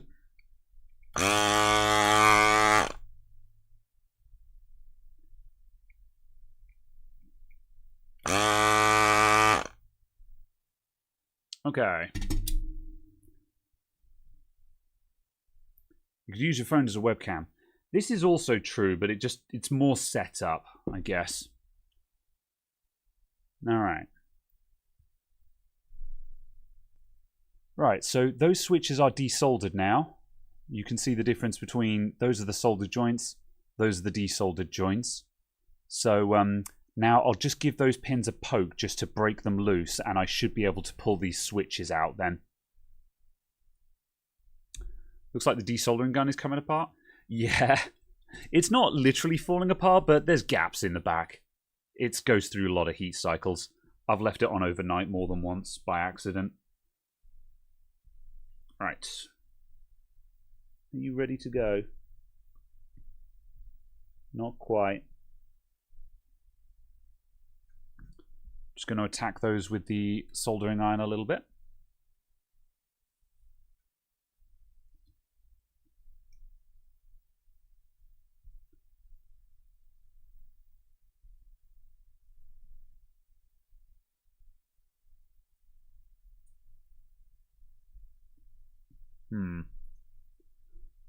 I might flux and wick those just to try and get the last little bit out. You don't want to try and wick these down from the get-go because there's a lot of solder in there. These holes are huge and you'll use like half a meter of wick trying to get all of the solder out of them.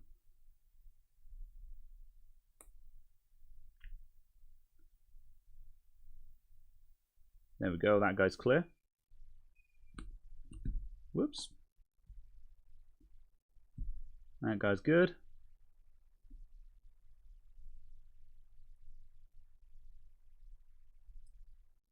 That guy's good.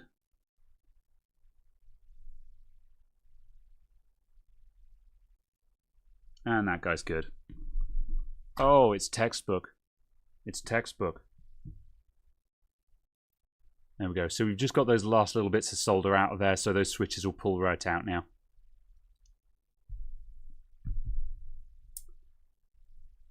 Alright, so now I can do this. Oh! It's like I know what I'm doing, everyone. It's like I know what I'm doing. Good. Right.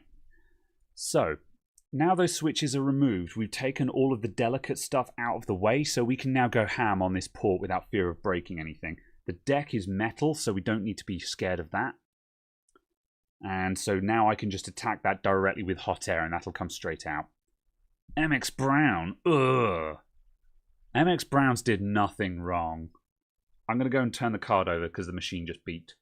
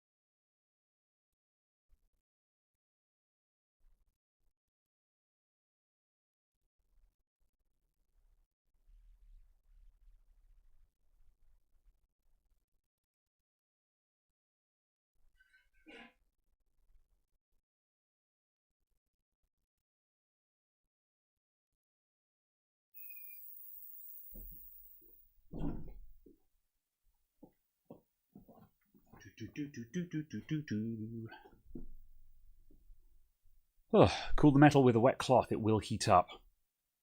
You reckon even from above? Like, we're not hitting it with a blowtorch here.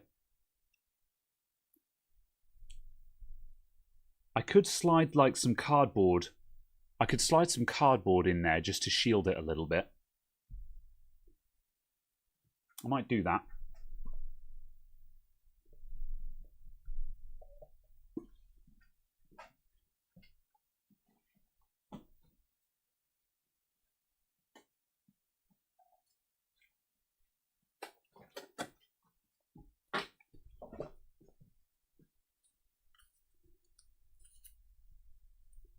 What if I did that? That'd work. The cardboard will burn. It's hot air, it's not a lighter. Okay.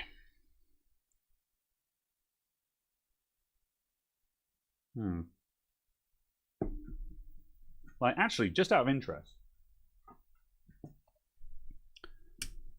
Here is 450 degrees C, full air, full temperature onto cardboard. Let's see what happens. I'm curious. I don't know what will happen. I might be proven wrong here. Right, just wait for it to heat up. Right, there's 450. That's 450 degrees centigrade.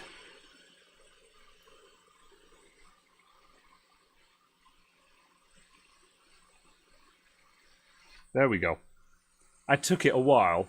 That was direct application. Woo! It will catch fire, but that took a lot longer than you'd imagine. And yeah, you saw that I was at point blank range there. Full heat, full air, no shielding. So yeah.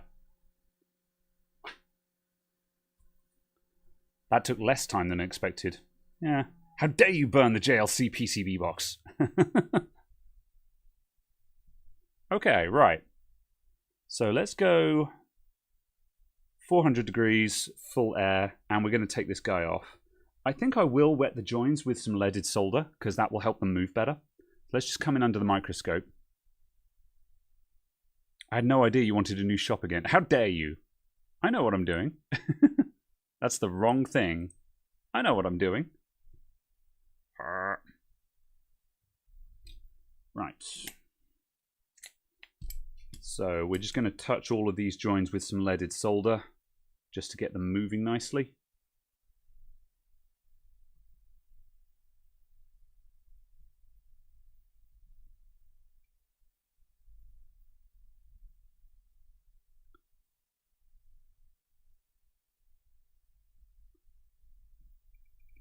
We don't care about making solder bridges because we're going to pull it off.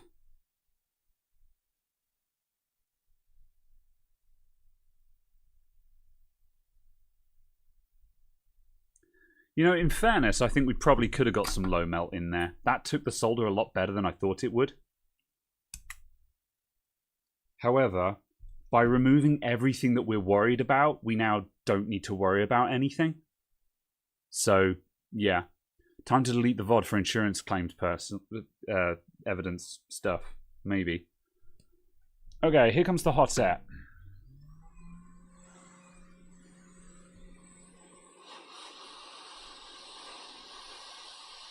I'm going to poke the solder so I know when it's starting to move. That's good. That's good.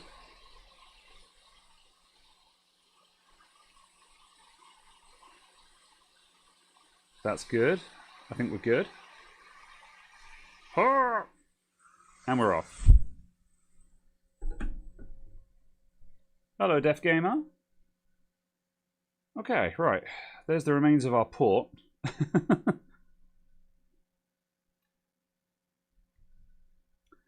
Okay, I am going to turn the desoldering gun back on. I'm going to run some fresh solder over those joins and then clear those holes. The ultrasonic has finished, so we're going to go and check on that in a sec.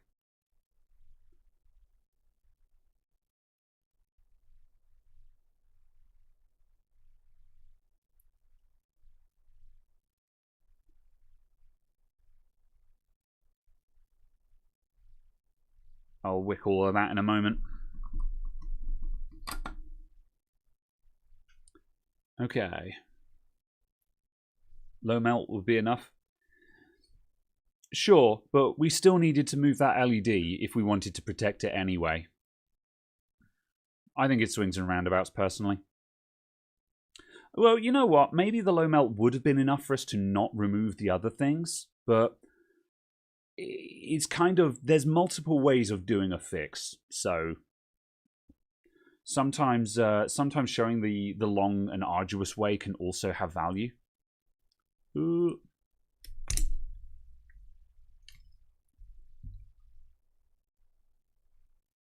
Okay, right. Let's clear those holes super quick. Are we up to temperature? We are.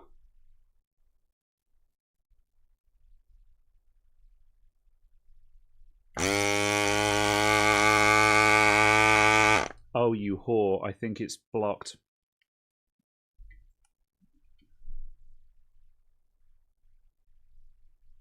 Come on, desoldering gun, don't screw me. It's not completely blocked. I think it's just trying to block itself.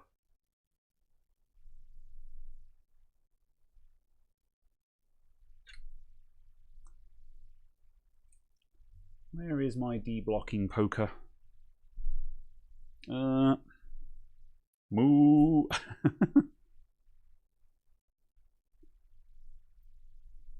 Come on. Get clear with you.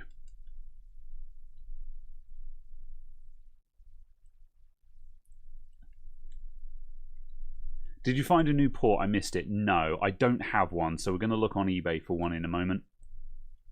So this isn't going to be done today, but I figure we can do everything up to the point of it being almost there. So let's try that again.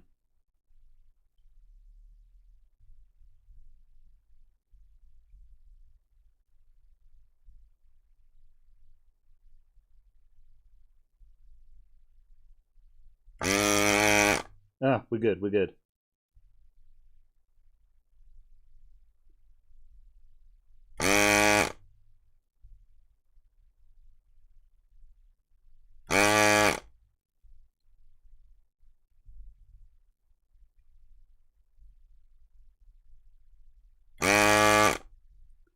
Lovely.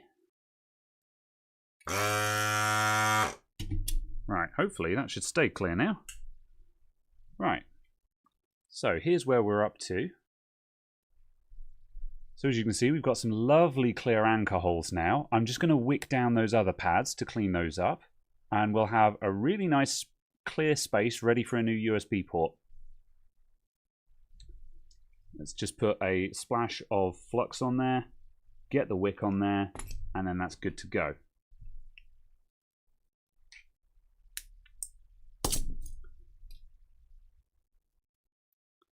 That's what I hear when I get into bed thinking I've eradicated the mosquitoes. Oh, the struggle is real.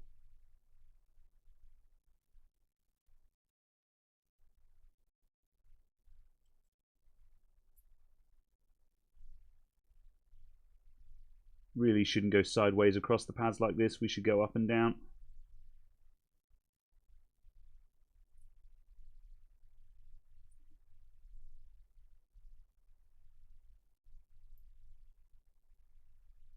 Good enough. All right. Let's take a closer look. Let's look closely.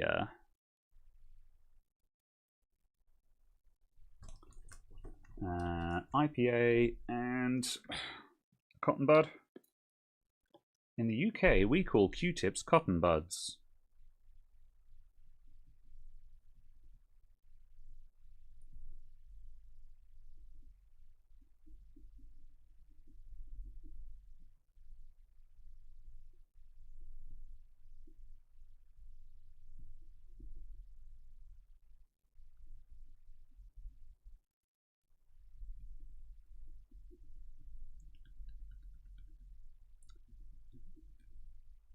Cool. All right, there we go.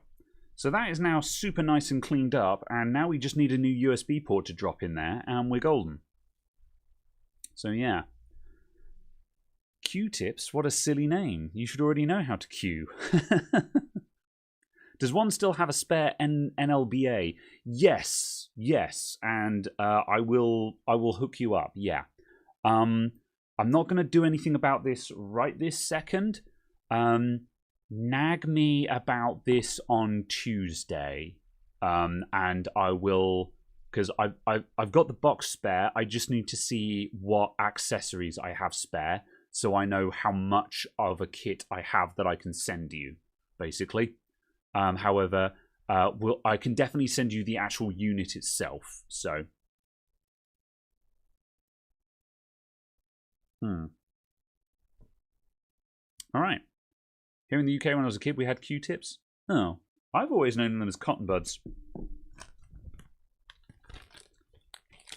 Mine are called cotton buds because I shop at Tesco like a normal person.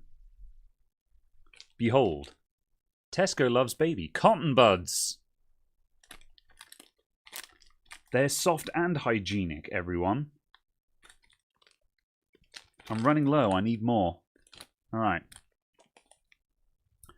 Just watch the slime tracker video that I uploaded. Amazing information. I'm glad you enjoyed it. You're one of the about 10 people who did. The video has bombed, and I'm very sad about it. I knew it wouldn't be a strong performer, but oh boy, yeah, that one has not performed well. A little bit sad, but it is what it is. I enjoyed making it anyway, so that's the main thing. All right. Let's see.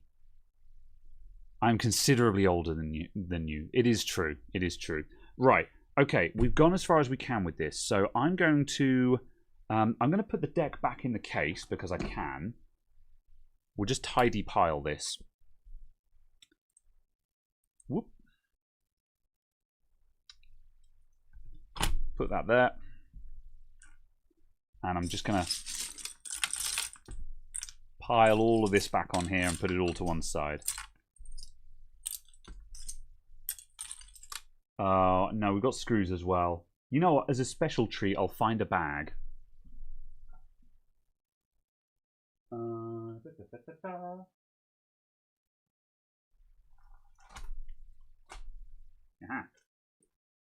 This will do, maybe.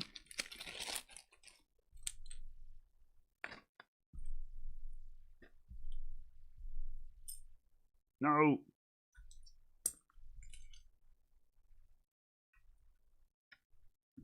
Oh, these aren't going to fit in here. I'll put some of them in here. It'll be fine.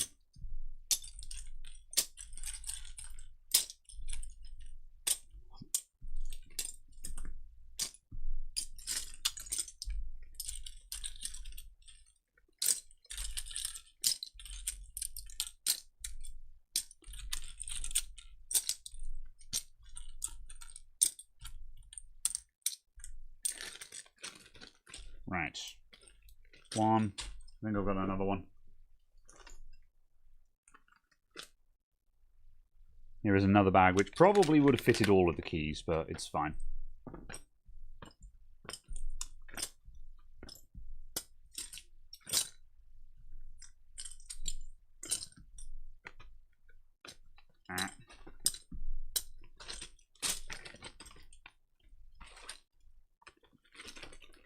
I will not elaborate.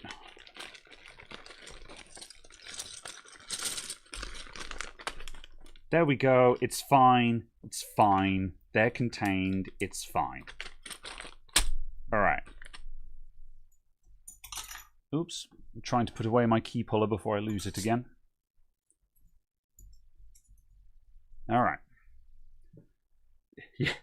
Then put the small bag in the large. Then I'll put the large bag in an even larger bag.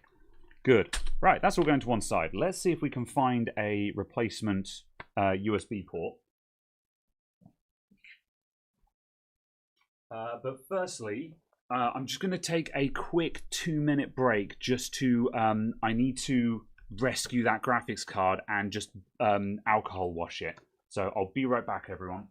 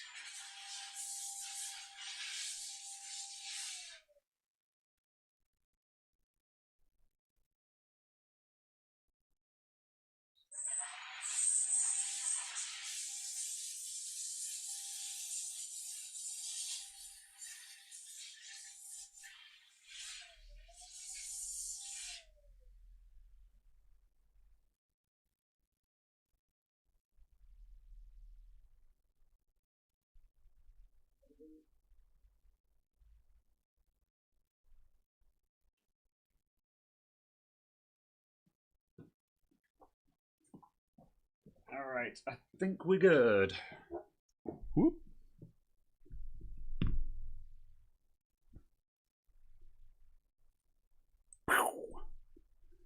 Right, so there's our washed graphics card. And if we look at the back now, there are some watermarks. Where I've dried this in a real hurry, you can see that we've got like, there's a pattern watermark that gets left there. More thorough ultrasonic cleaning, where you do like an actual drip dry and bake and stuff like that, will avoid those patterns. However, because I've just done a very hurried wash and dry, we're left with some patterns on the board. But this is fine, basically. It will be completely fine. So if we just come under the microscope and have a look at the problematic areas now. Let's see. Bam. So if we come back around here again. Right. Where's my paintbrush? Actually, a cotton bud will probably do the job. Yeah, this is just some residue. This kind of residue gets left behind when you do a very hurried alcohol wash. But as you can see, it's just a minor alcohol residue. It's not a big deal. But this area now looks nice and clean. There's some discoloration on the caps. This is kind of to be expected. It happens. But it's not something we super need to worry about.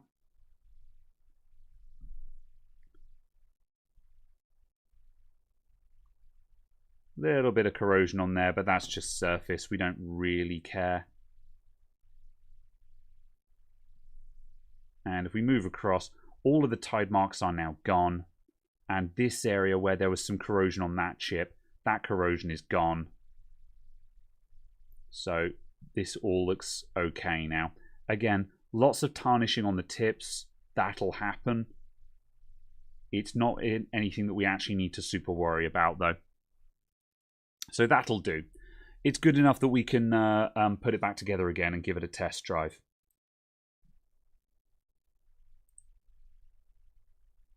Whoop.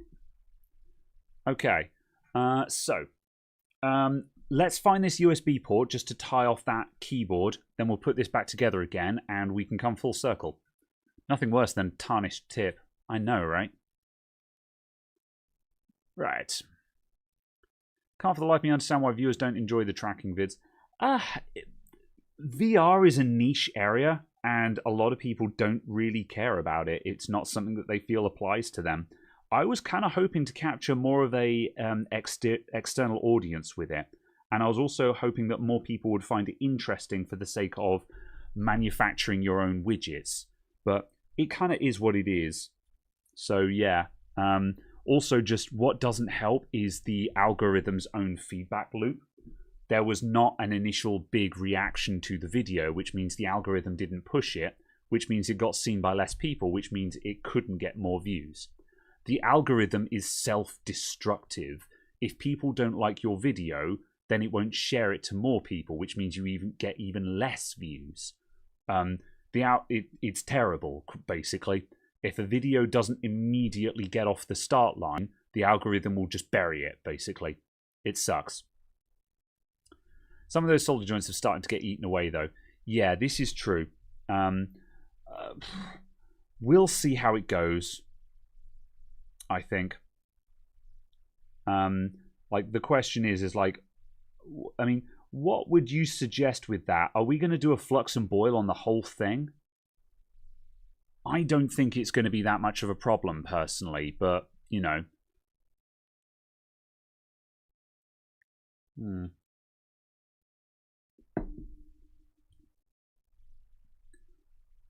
Even though those joints have had a little bit of eating to them, the theory is that once we've cleaned the board, that should arrest the eatingness. Right. We are looking for USB ports. I'm going to put that to one side. A little touch up on the sense resistor wouldn't hurt. Yeah. We could do that. Right, let's go to minimize that, minimize that.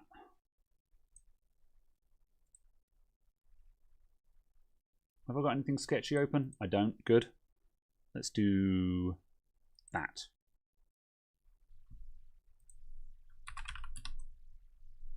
Okay, right. Let's start with Keychron USB port.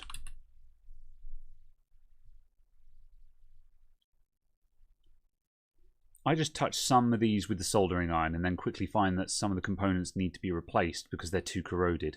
Yeah. It wasn't that bad at the start, though. It was pretty minor. If it was a real bloodbath there, I would be a bit more worried.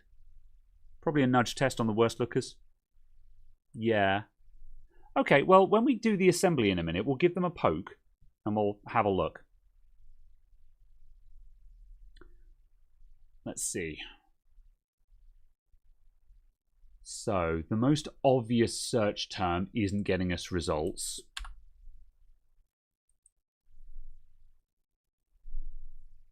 So we're going to need to be a bit more specific.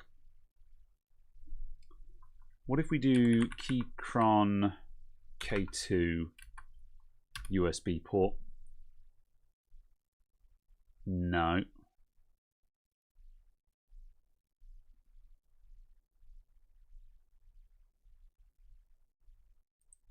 Alright, I think we might have to just start browsing Type-C ports. It's probably a fairly generic part. USB Type-C.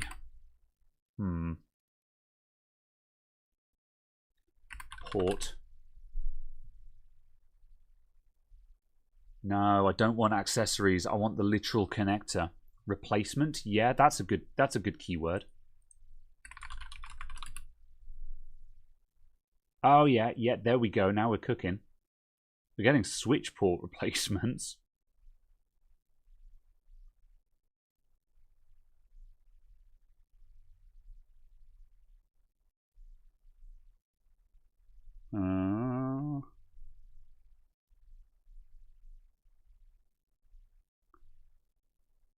Ooh, what's that?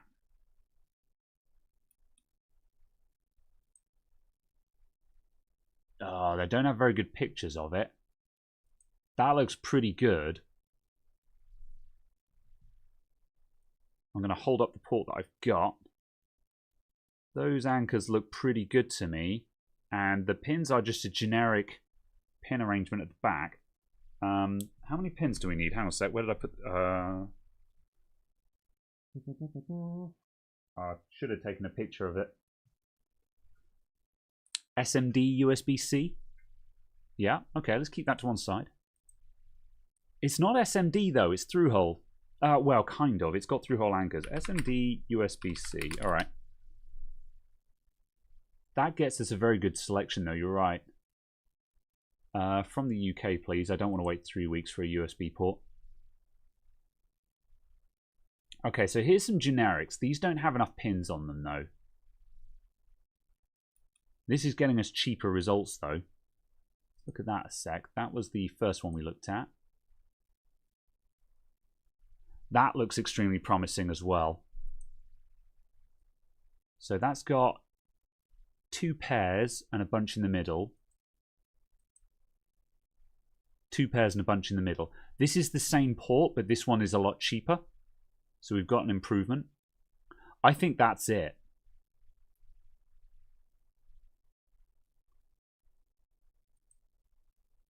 Buy a bag of different USB Type-C connectors. Yeah, that can help, but most of them will just be random. This, like, I'm not against having a selection pack. Like the, this, 100 popular USB type selection pack that I was sent. I've had a lot of wins from this. I've had a lot of wins out of that. But also there's a whole bunch of them in here that are just complete random crapshoots. And I'm like, where the hell would you ever use this? So yeah. Oh, Reddit reckons 12 pin and there's a part number there. Let me just quickly search for that.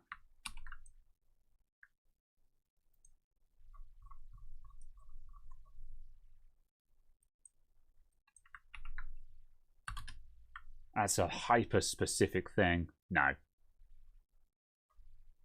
Can we get a picture of what that part number looks like? Yes. DigiKey.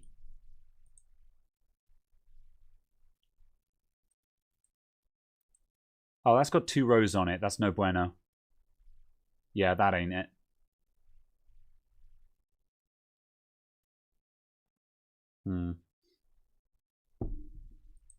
I think that's it, personally. Because it definitely had multiple pins and just not all of them were connected. USB Type-C receptacle top mount.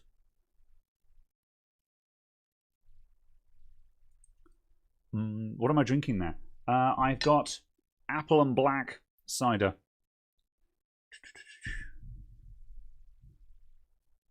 All right.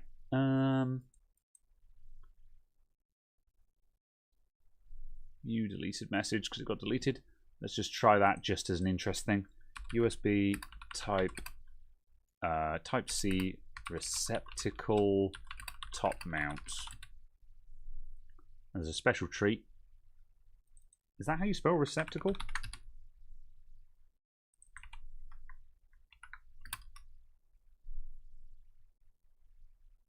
Nah, getting nothing from that.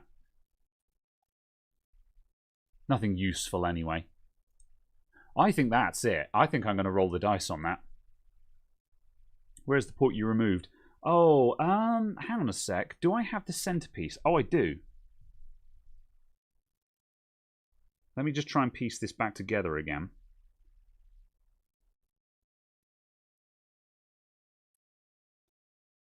Yeah, so it's in megabits, But if I just insert the center back into it, we might have something that is good enough for us to go to recognize.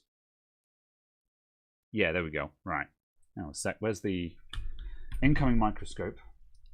Ooh.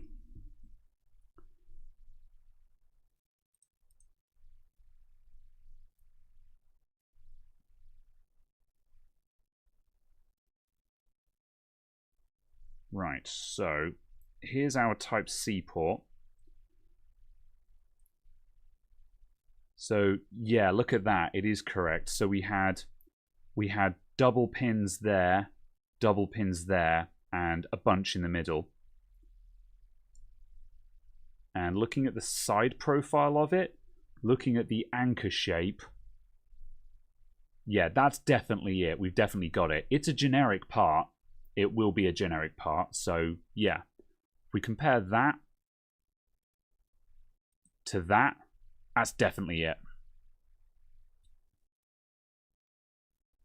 Cool. And we've got one more part number. I'll just quickly have a look at that part number. But I think we have ourselves a winner, everyone. Right. There's so many different Type-C sockets. It's very frustrating. Very frustrating. All right.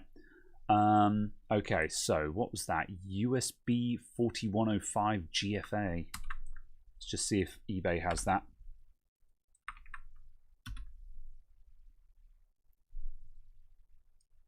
Yesn't. So I'm not paying 10 quid for two.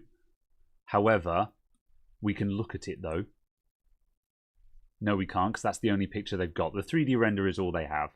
This doesn't tell. This picture tells me nothing. It does show me the shape of the anchors, but it doesn't even show me the pin out. That kind of sucks. Has someone got a better picture of it? I don't think so. Pack of 4. No. I think you're right. I think that's it. But also, I think that's it. And that is 274. Add to basket. Cool. All right. Ooh. The data sheet shows the same. Yeah. Buy 5 of them, so I've got stock. It's not really worth it, you know. Now and then I try to buy... Well, actually, it's a generic part. No, I'll wait and see. The trick to this stuff is not having them on hand. It's just being able to find them. So, yeah. You're right, though. I will buy 2 of them. I will buy 2, because that way, if I make a hash up of it, I've got a second one. That is a good idea. I'll save 56p. It's amazing. All right. Cool. Right, I'm going to come back to Facecam for a sec. I'm just going to hit go to checkout and buy that. PayPal. Pay. Just quickly get this squared away, and then we'll put this graphics card back together again.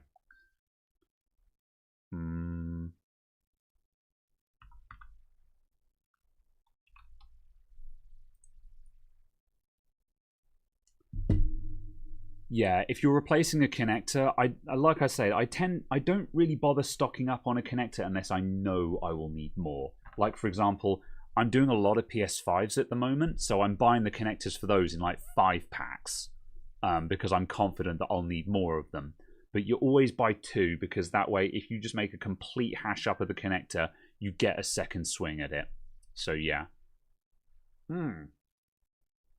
Right, order confirmed. Thanks. Good. Okay.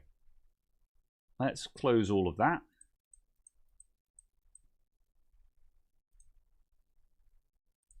Cool. Right, let's go back to there. Let's turn all of that off until we get back to the bench cam. Right. The graphics card. Okay, let's come under the microscope and we'll just poke some of these parts and just see if we actually need to be worried about these or not. Boop. Where's some small tweezers? Oh, I'll use these ones. These are good enough. So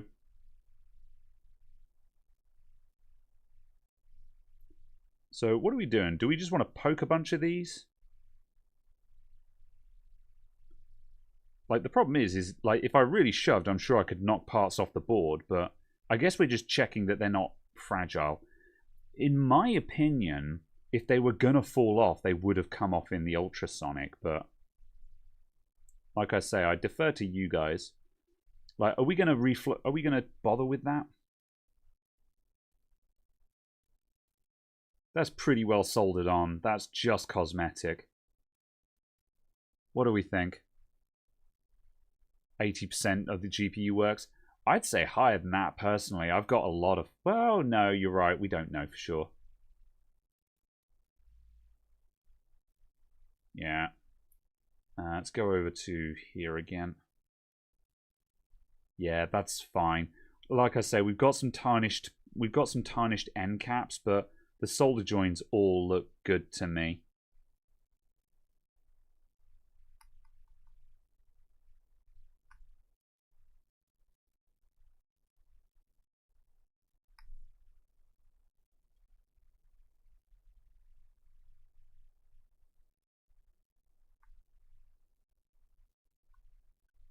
Yeah, that's fine. Cool. Send it. Wop. Why only darker on the right side? It's probably darker where it was starting to corrode, so that'll be on the power side of it. So yeah. Turner Gaming, thanks for the $5. I hate it when they manufacture Type-C ports cheaply. The ports on the Samsung S-series phones and tablets feel high quality and durable. Yeah, this is... resistor just bottom left of the SOT 23.5 doesn't look great. Okay, let's have another quick look at that. Yeah, so this is the thing. Everyone hates on USB micro. But the thing is that the design of USB micro was never the problem. The issue was... right, hang on a sec. Just to the bottom left of the SOT 23. Do you mean this SOT 23? So are you talking about this guy? I think that micro did nothing wrong, but the problem is because it was such a widespread connector, people min-maxed the cheapest versions of that connector they could. And the same thing happens with USB Type-C. USB Type-C is just as vulnerable to breakage as anything else, as we saw with that keyboard, if you make a cheap connector. Whereas if you make a really strong connector that's actually standards compliant and everything, it's pretty strong. That's what it's going to come down to. It's just whether people make good connectors or not. Yeah, this resistor top pad copper is exposed. Yeah.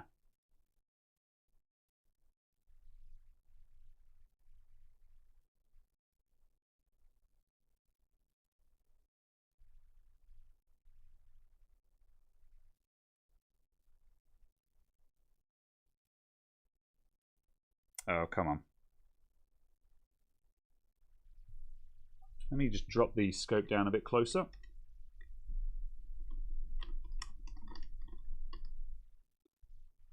A little close up.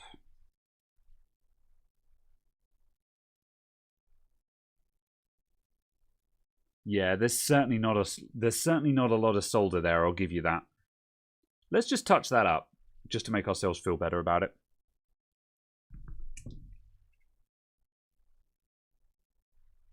Please ignore all of the grot on the end of my syringe. You didn't see that. You saw nothing.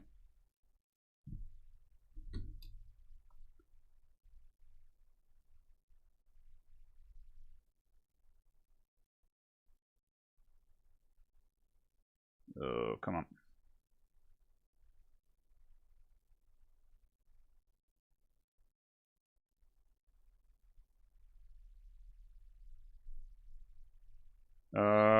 Why? This is a small resistor, and I need to get a new J-tip so I can deal with these guys properly. There we go. Let's get the top. My J-tip kind of sucks, which is why I'm using this massive knife edge. I just want to get some solder on there, and then I'll float into place. I'm going to turn that around.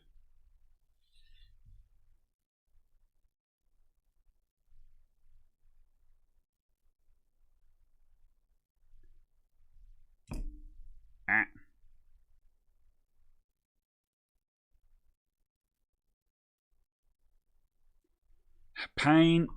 Let's clean the tip.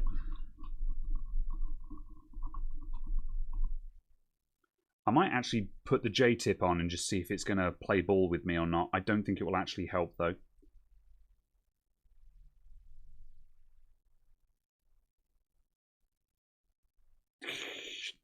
Why? Damn it.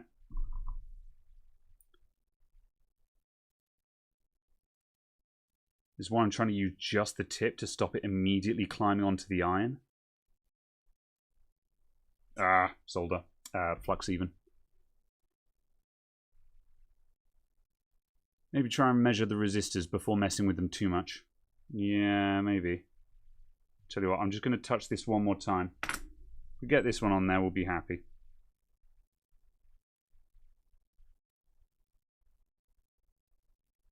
Alright.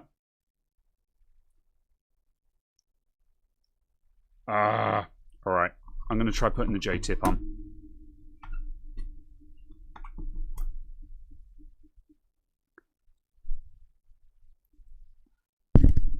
Sorry, Rant.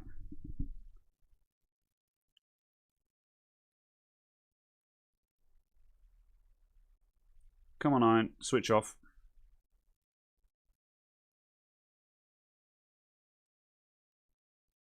There we go.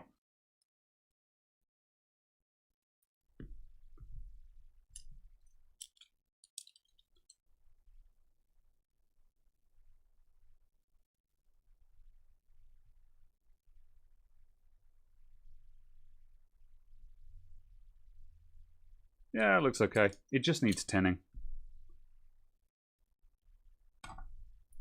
Right. This J-tip is kind of buggered, so, you know, like, if this goes really badly, don't say I didn't warn you.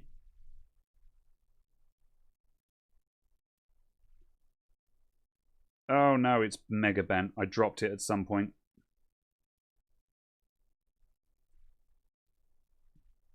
No.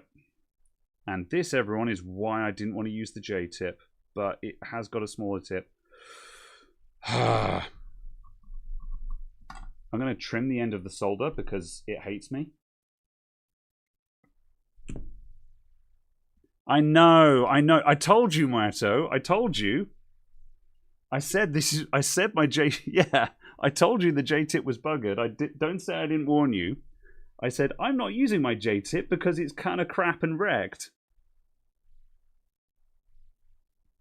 I'm going to get another one. However, that doesn't help us right now. Alright.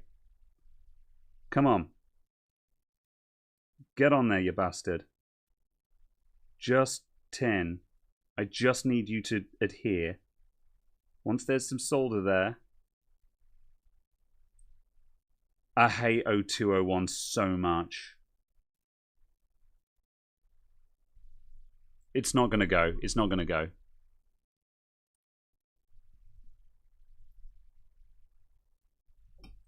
I wonder if I can just fix this.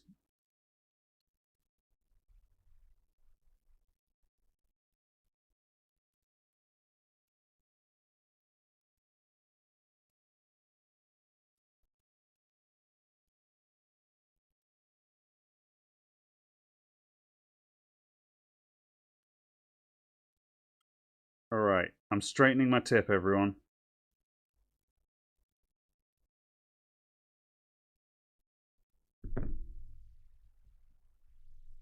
How's that looking? That's better. Okay, right. Powering up. 3 hour, 10-minute straightening tips. Never.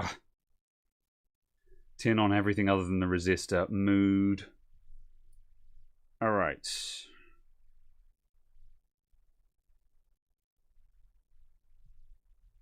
That'll be alright. Okay, you. Heat. Apply solder. See, the problem is the end of this tip just doesn't heat. So as you can see, it's just not working. Yeah, this tip is just wrecked. And I'm just fighting again uphill with this. Oh, there we go. We've got a tiny bit on. Right, that's it. That's it. if I change back to the knife edge, I can just reflow that and we're done.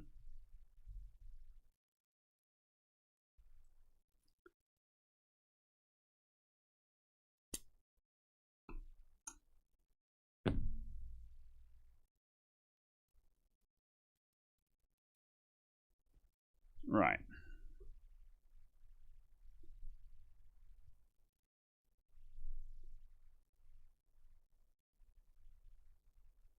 Okay, right. There we go.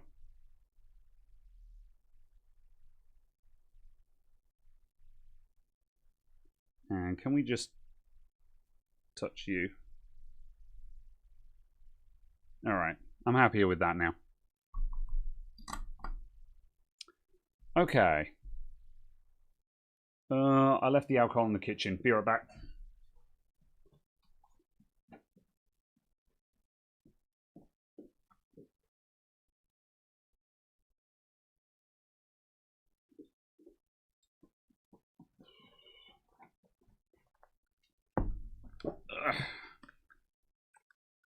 Hair.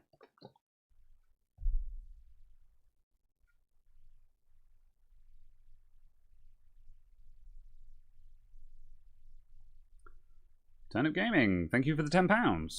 I agree, I've never had a micro USB and a Type-C port fail on your Samsung phones. Type-C feels even better on your S23 Ultra and your Tab S8 Ultra. Indeed.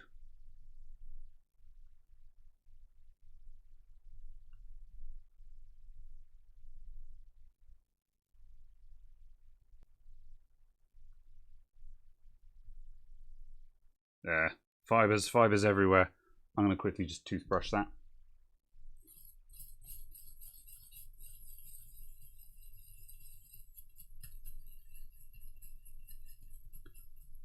Flashbangs. Alright, I'm going to quit while I'm not behind, if I'm honest. Oh, that's crap. It hasn't actually... It still hasn't quite nailed it properly. This is just burnt flux. This is nothing. But, yeah, that's still crap. Oh, my days. Are we actually going to hot air that to do it properly? Yeah.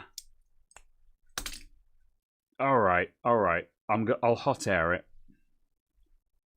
Let's just bring the microscope a bit higher.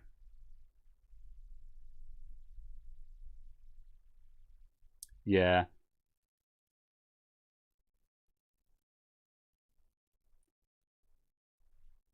Alright. I'll agree with you. I think that's why it didn't want to go. I think that's why it wouldn't take the solder. The end cap is just crap. There'll be a little bit of the cap on the bottom that we can use to test it. But that's about a lot. I might just, yeah, I will try and test it in circuit.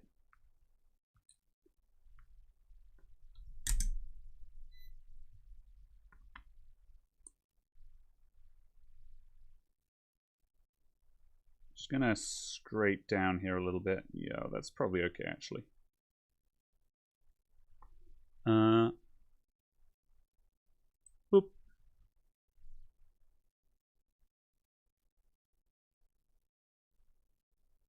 trying to get the probe to sit properly so I don't fall off. There's a bump of solder there though.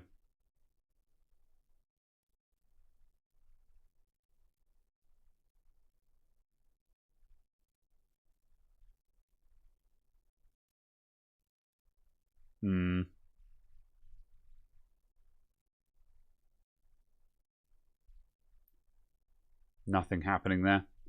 I'll just see if I can uncover a little bit of the trace.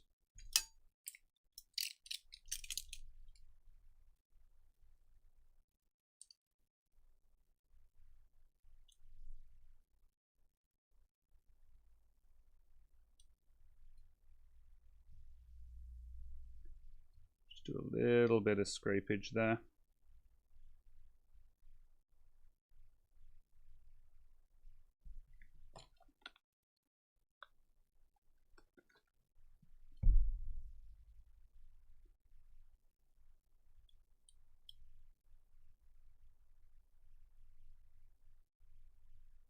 Gentle. Some gentle scraping. Just to show me some copper. There we go.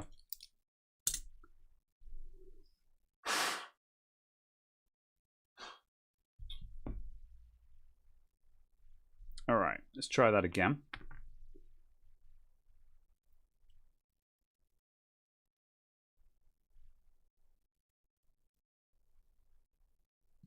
There we go. We're getting something now.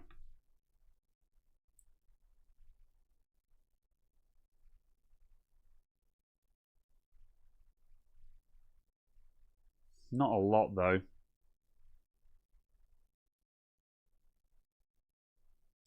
Megohms. That seems like a pretty meaningless reading to me.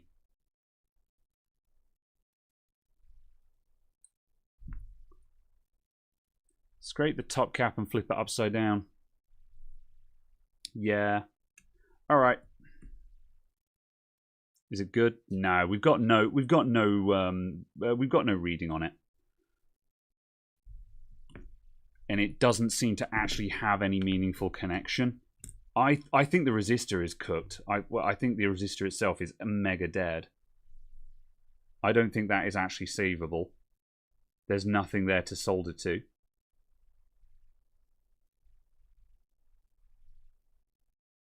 Yeah, that resistor is mega gone.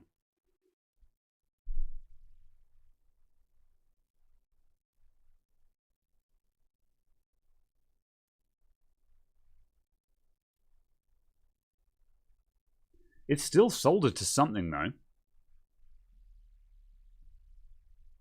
My inclination is just to lob it in and see if it works. I think we should have done that in the first place. I think just fiddling it with more is just making it worse.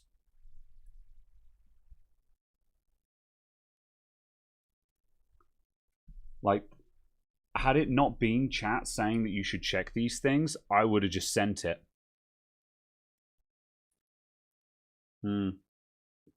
Let's plug it in and see what it does. The worst thing that can happen is that it wouldn't do it without knowing what it's for, but it's just me. Yeah, I get what you're saying, but yeah.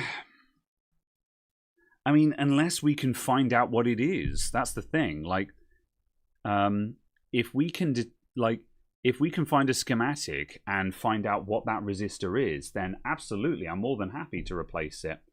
But I kind of don't have a lot of. I'm not convinced that we can easily find out a value for it. It's an AND gate probably. Level shifter for PCIe reset.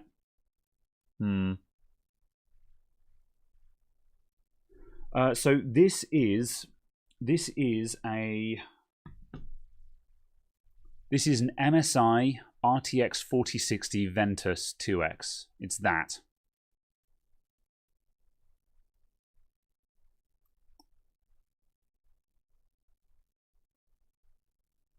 All right. Worst thing that can happen is that it's still dead. Yeah, that's kind of my inclination. Let's just see what happens first. I will put a splot of thermal paste on it. Where is my thermal paste?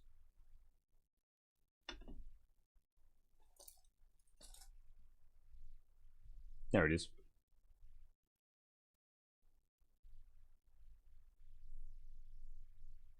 Ooh.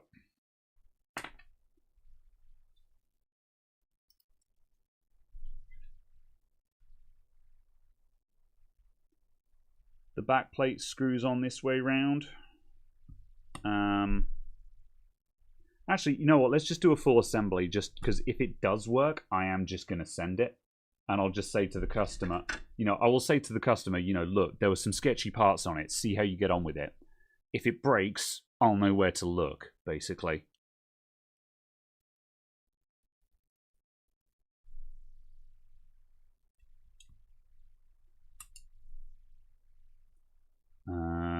That was from that way up.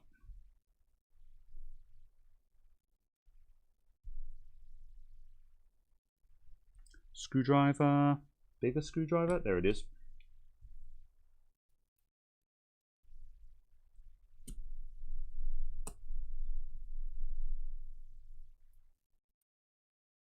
Oh, other way around.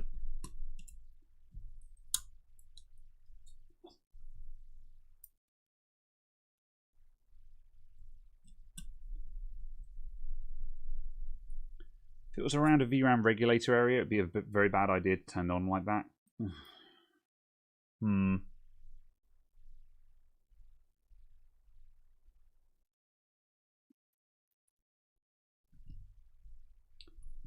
What are you?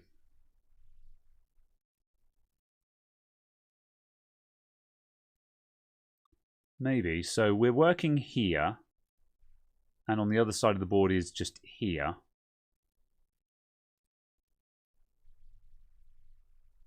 So it depends on what this area is doing. And I do not know is the answer to that. There a silk marking for the resistor? There is not. It is next to U504, if that helps. It's PCI reset. Yeah. Okay, so what are we feeling like then? Are we gonna try it, or are we saying no? We've got to find out what that resistor is.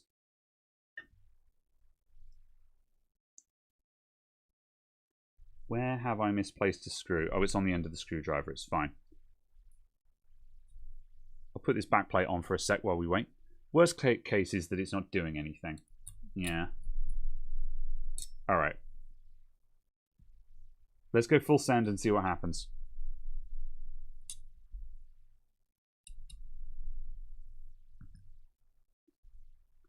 We'll do this knowing that it's kind of sketchy to try. Oh, I was going to put the back plate on. Fine, whatever. I'll do that in a moment. I can always put more thermal paste on. It's only a tiny little GPU. Completely mangle the thermal paste. Right. I'll put the back panel on if it works.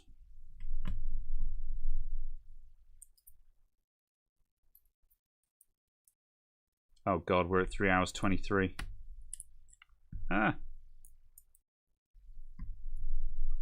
Here was me starting this stream thinking, oh, I'll go for 2 hours or so and then I'll turn in.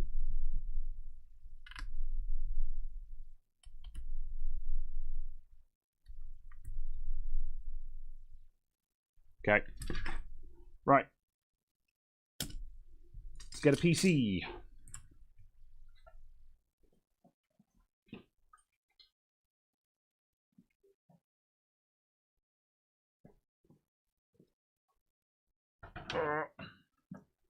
Right, I need to bring the camera up.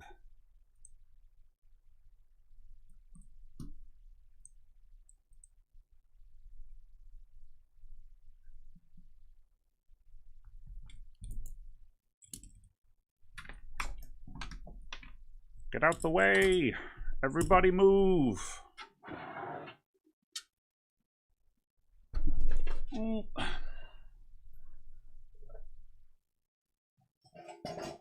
Graham is the bad influence. He causes the long streams. It just happens, okay? I don't mean to. It's because there's no... I don't know. There's no stopping points in these streams. When I'm doing game streams, you can get to a stopping point at around the right time. Whereas with this, it just keeps on going. I do not approve. Alright, bam. I need to change the HDMI cable out.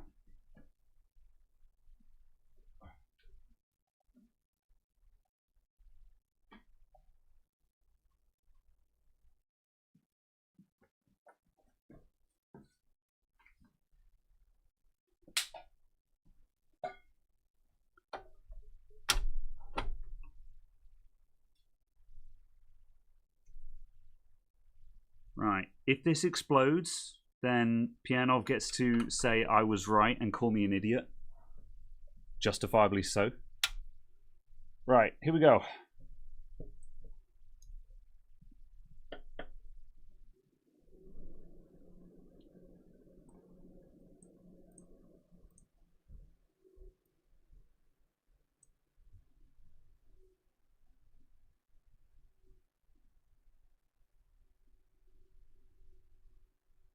No.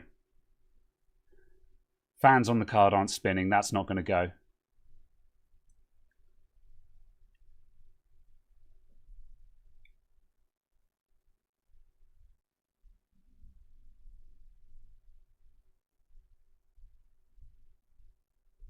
Nah. I'm turning that off. That's where we were when we started, basically. His card was dead. Yeah, so okay, that resistor is going to be our issue then. Look at U504 again, check which leg is ground. Okay.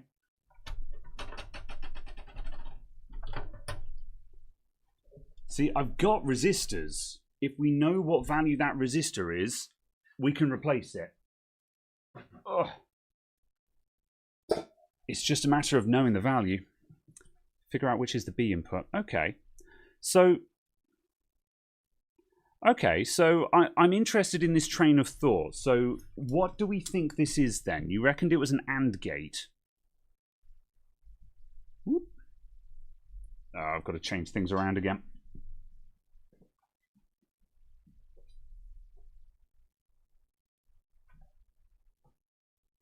I'm going to get a dirty capture ready.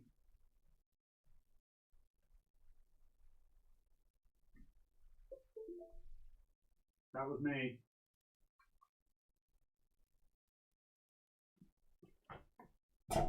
Ooh. There we go. Right. Huh.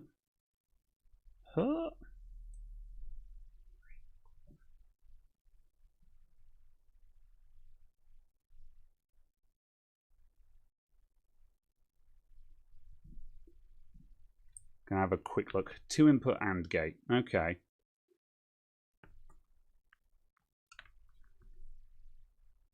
Thinking.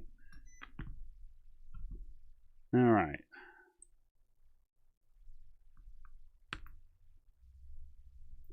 So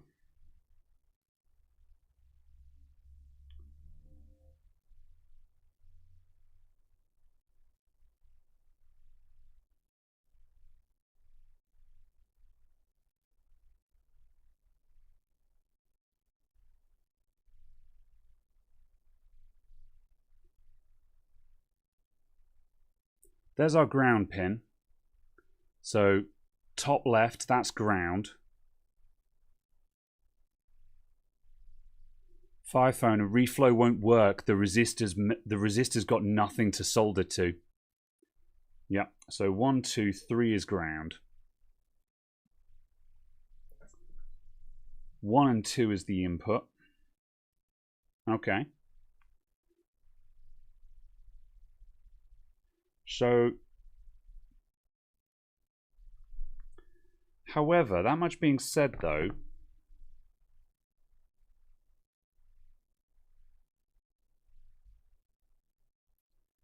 but that's the thing, the resistor in question, that's just sort of going into this via here. Do you reckon that's coming around into one of these pins then? Yeah, no, it goes straight into this via. Although we could check that, hold on.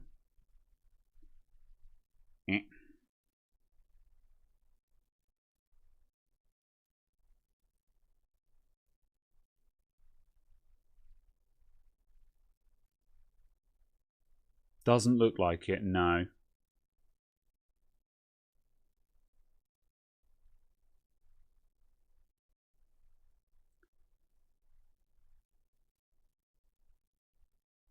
No, I'm just sitting on plastic here. It's just plastic. There's nothing there. Yeah. We'd need a schematic.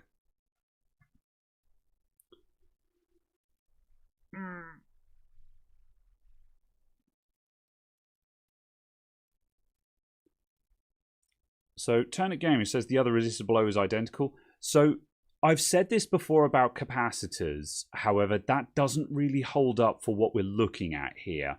All of these resistors can very easily be completely different values. When I've said that about capacitors, that's usually when you have like a bank of similar capacitors and things like that.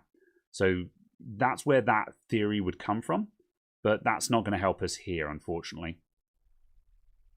Take the resistor off and test it. Let's do that, because it's the only thing we can do at this point, is just hot air that resistor off and see if there's anything on the bottom that we can measure. Let's try that.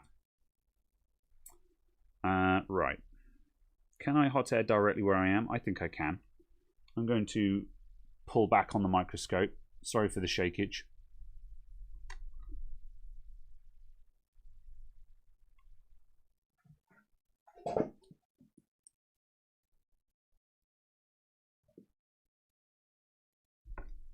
Right, where are we up to? 3:30. All right. Here goes nothing, everyone. You may have a schematic for this or a similar GPU, but you're on mobile right now. Okay.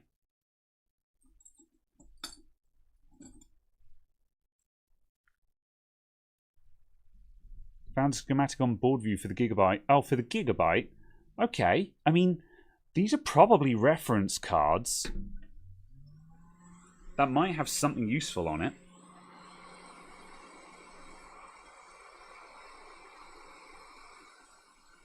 This nozzle is too big.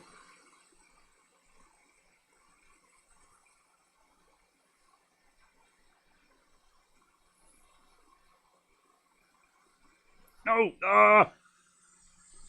Shit! No! No!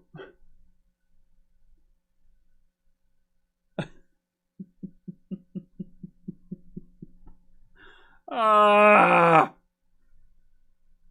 Wilson! Wilson! I should have turned down the air. Rookie mistake. Rookie mistake. You can find it. We believe in you. All right. Muerto says Discord. Hold on. All right. Hang on. Muerto has something. Let's see what we've got.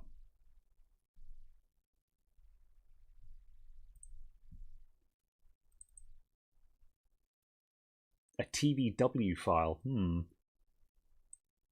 right.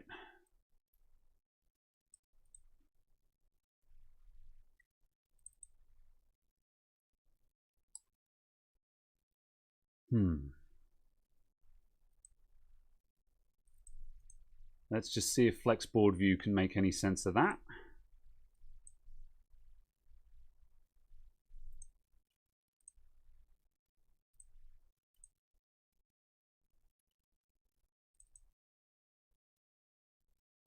Right, Flexboard View just silent exits if I try and open that TVW file. We have got maybe a schematic.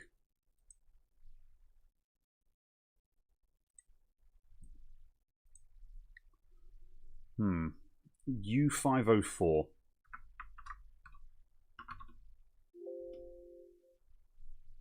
Isn't on the board. Okay.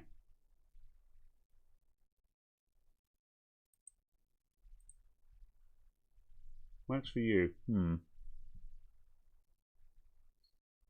Unless...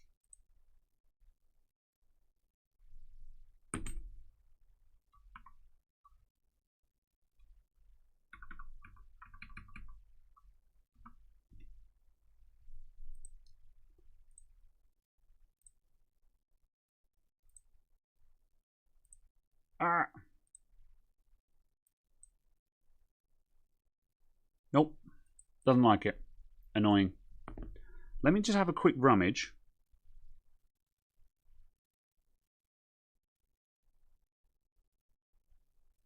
Just on the off chance, you never know. Sometimes it's always worth a quick look at the table, because now and then you might just see it a few inches away from where it was. However, I'm not going to spend very long looking for it.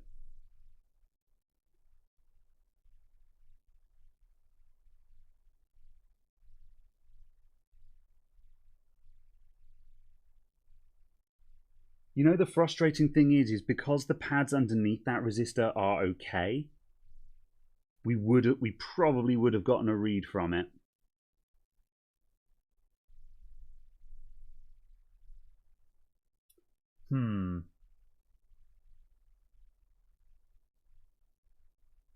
No, we're cooked on that. That's not going to find that. Next week on Two Guys Talk Tech. Yeah.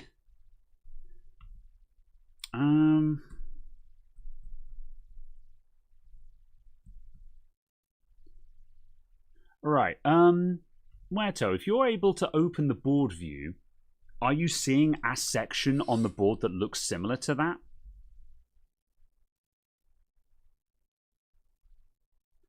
Because that's the thing, is like, if we can find it, then we might be onto something. But the problem is, like, looking through this schematic, we don't know what we're looking for. Can you imagine some other parts around it, electrically connected? Let's have another look, yeah. Can you show the board? Stand by, stand by.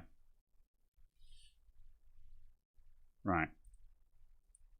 Let me go to the way round I was previously looking at it.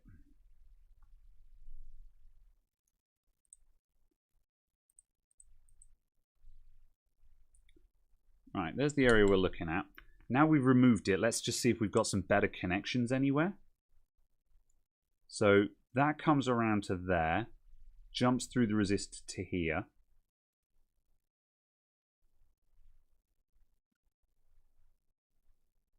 Kilo ohms, mega ohms, and that was ground.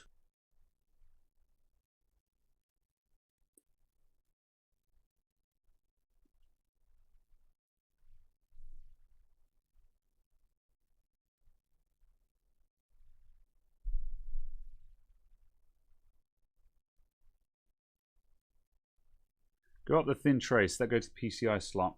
Yeah, so we're coming in from here. Then that's going up to there. So that must be going up to the PCI slot, yeah.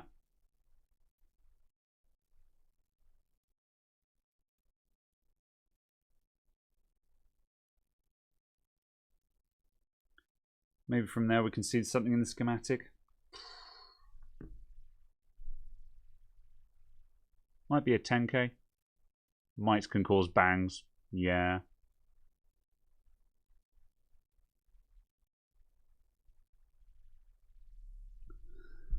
Oh, if I hadn't blown that resistor away, we'd probably be able to get a read on it. I'm so mad, but there's nothing I can do.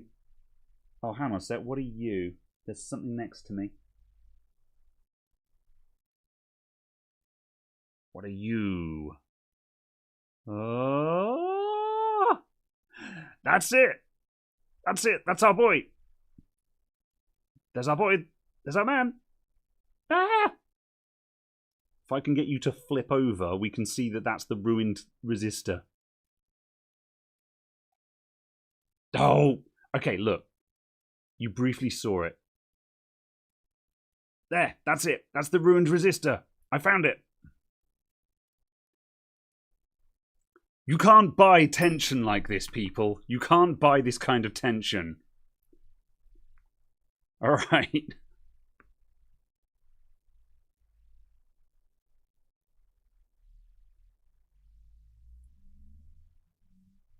No, I'm gonna take this guy down. Get off.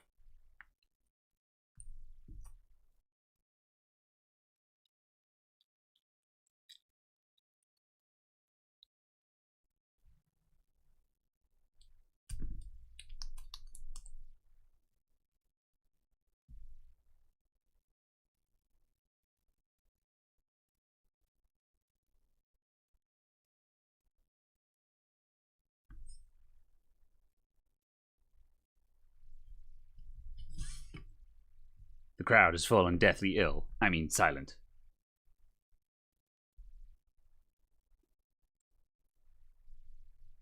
In before it's a zero fuse. All right.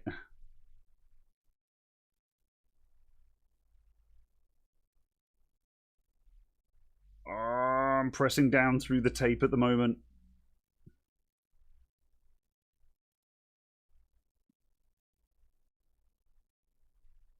Oh, I think it's cactus, everyone.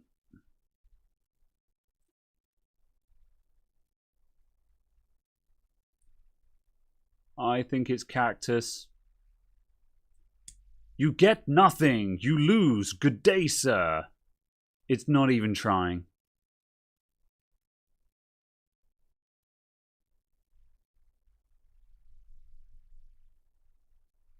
Nope. Okay.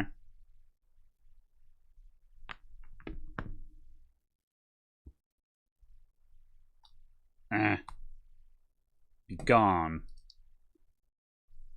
I found a broken needle. Yeah. Oh, we're so close. We're so close.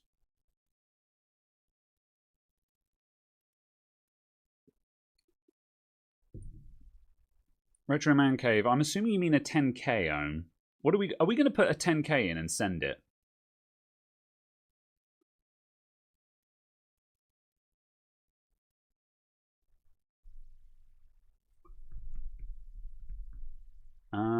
Oh man, I need to find a an 0201. Beat the PCI pin. Look at the schematic. Okay.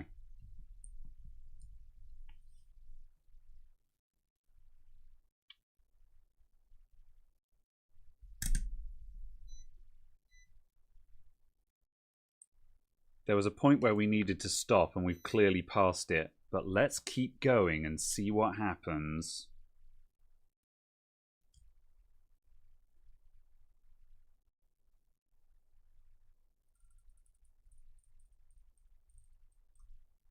Nothing on that side.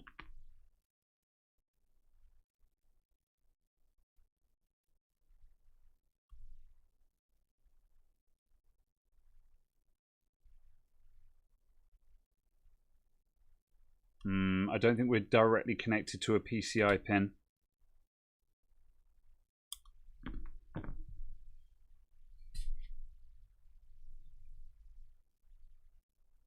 Oh, we must be, though. We must be coming up through one of those vias.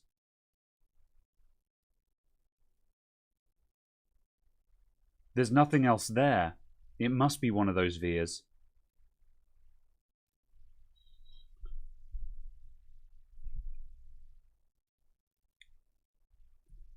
Yeah, what I'm doing... Hang on a minute.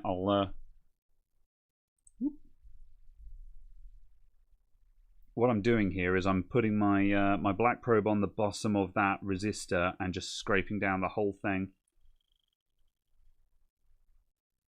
And then doing the bottom row.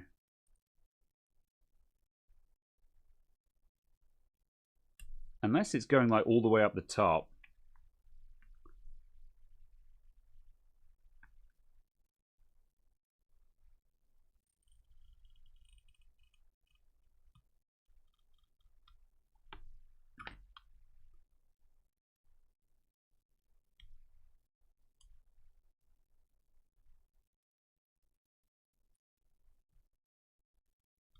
No.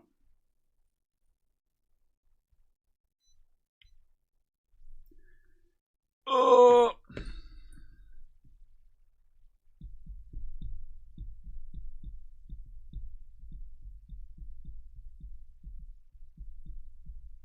Put a 10K in and send it. All right. I need to find a 10K resistor. One sec. I don't have any 0201 resistors in stock, so I'm going to quickly rob one from somewhere, which will not be difficult. Oh, victim. Aha. What are you?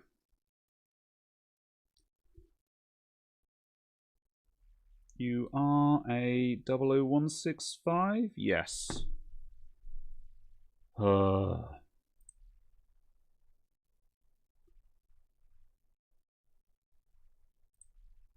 Okay. Nonsense stream.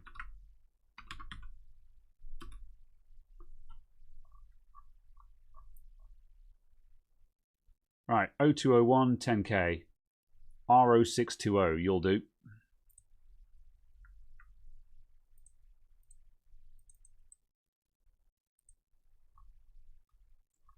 You! I'm stealing you.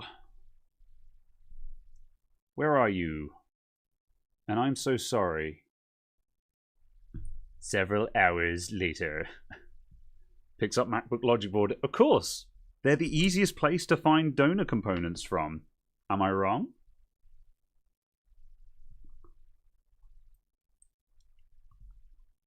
Right, display capture.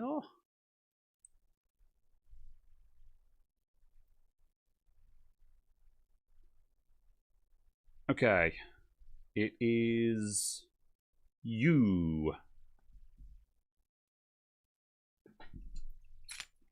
This is fun. Practice before the SMC replacement. No! You've seen how much I suck when we get down to components this small. I will quite happily spend the rest of my career replacing 0804 capacitors on the main power rail. Thank you very much.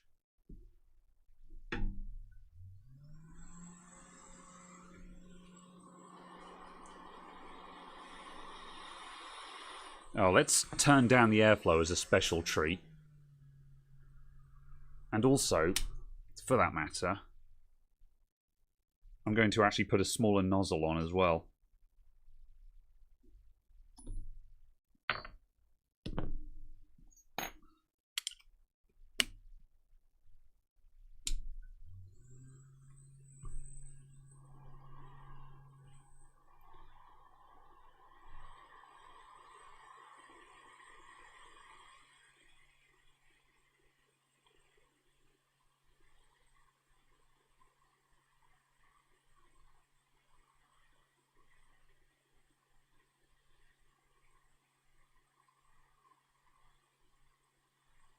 I'm going cross-eyed.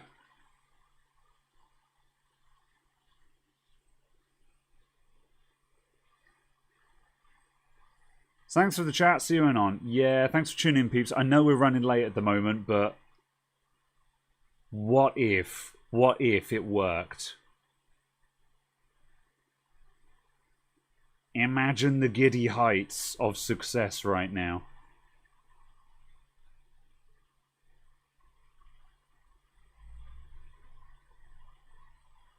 Come on, I might need some more air.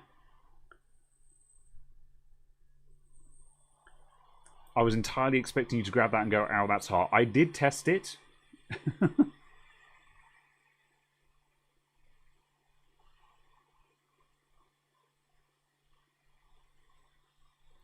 Oh, come on, you wretched thing. I hate small parts so much.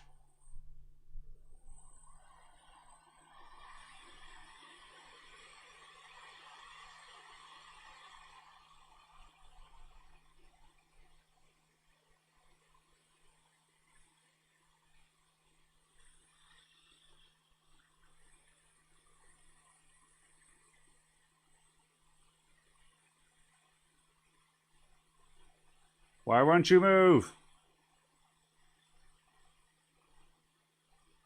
Raise temp. Oh, yeah, we're at 400. Yeah, hang on. Yeah, I was at 400, which is definitely a bit shy for this.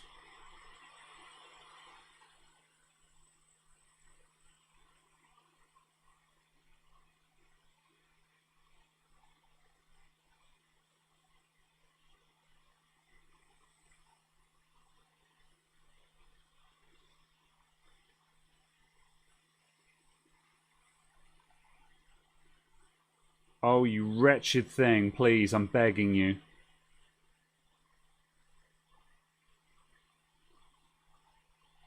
This was supposed to be quick and easy. Am I actually going to have to, like, get serious?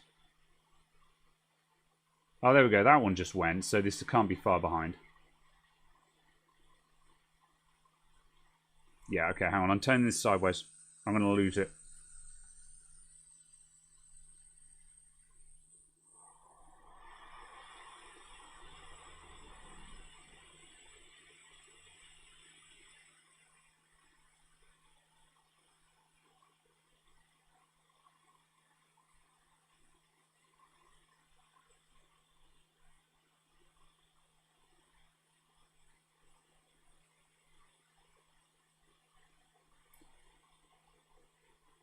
My God. Fine. More heat. We don't care about this guy, by the way. We don't care about that.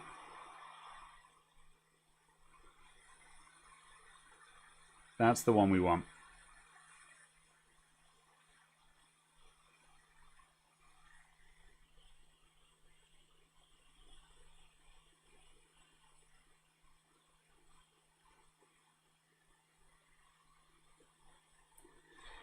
Fine.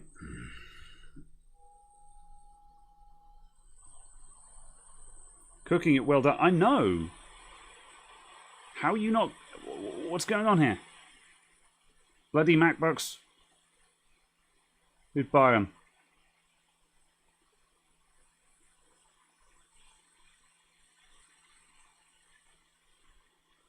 There we go. Good grief. What a clown fiesta. All right.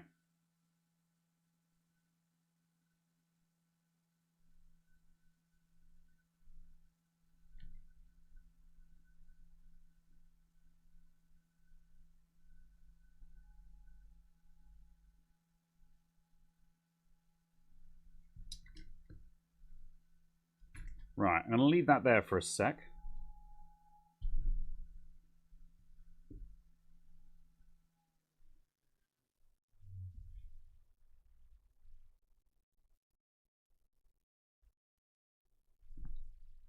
I'm just going to prep these pads.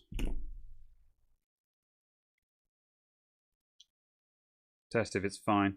Yeah, I'll do that when I get it up here.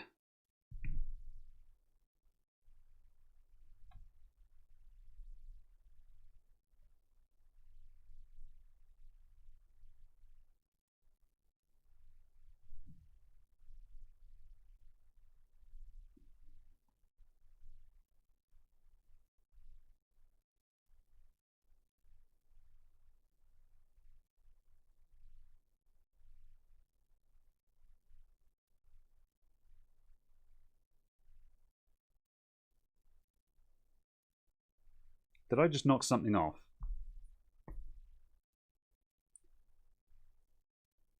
No, I'm not imagining it. There was nothing there. I'm not going insane, am I? There was nothing there, was there? No, good. I've been going too long. It's time to stop.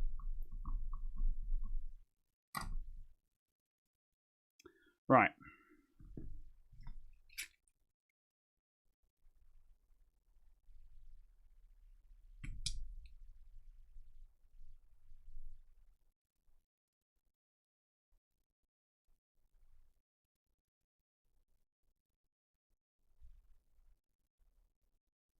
Oh, okay, it wasn't an 0201.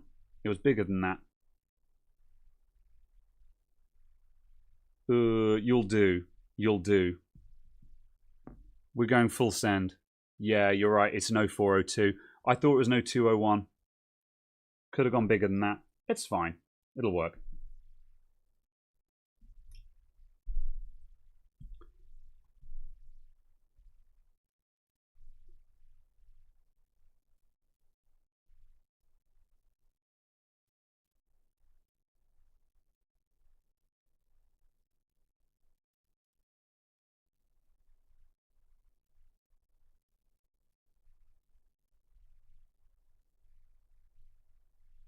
Turn it around.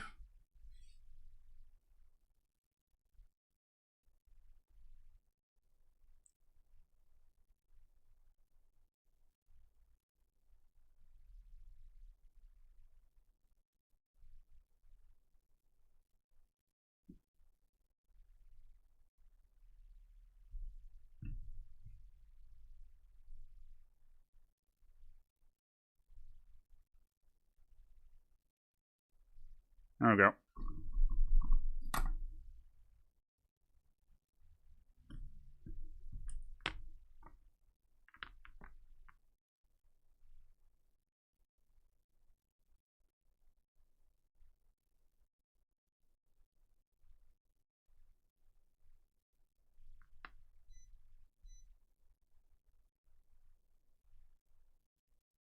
$10K.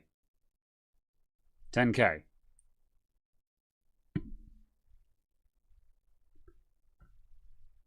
Ugh.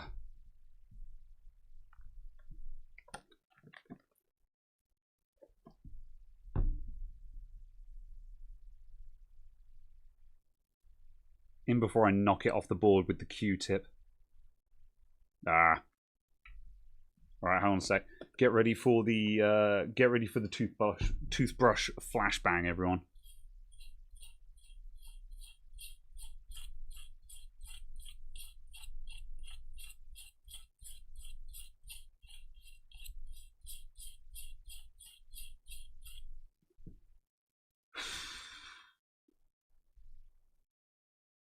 Okay. Send it.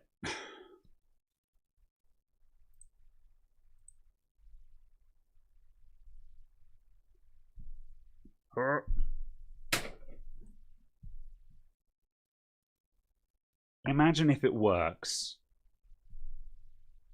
I've got a mad dream that it will work, and all of this will have not been for nothing.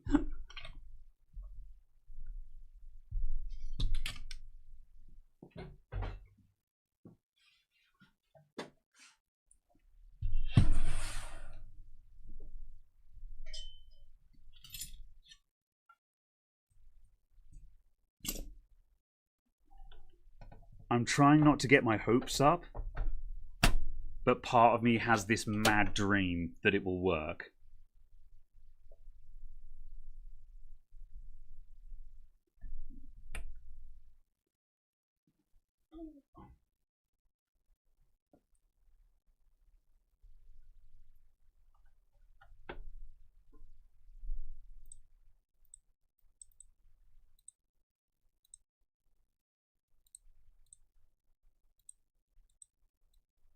Whoops.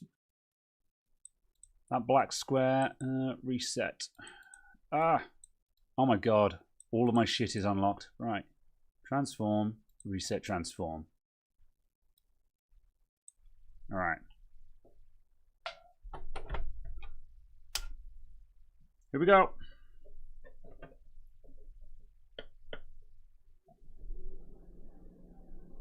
No fan spin.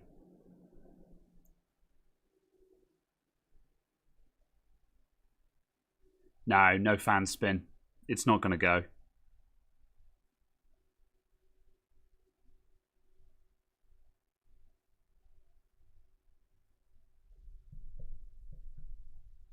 No, no fan spin.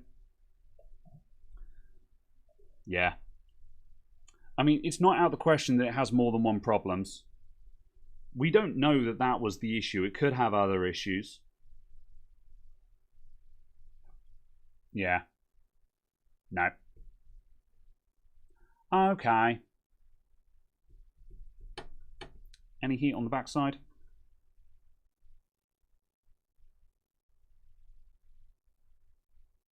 I want to say yes. Let me just thermal cam it.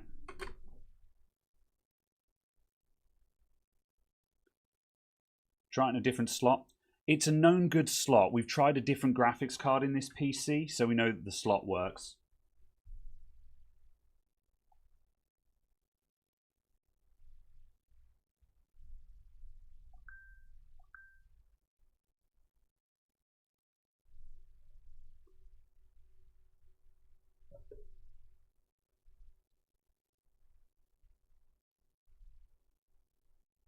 Hi, PCH.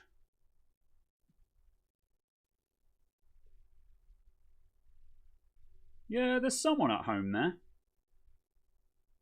I think we've got VCore.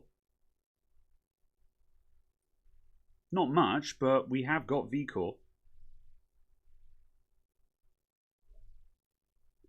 I think there's a world where this card is fixable,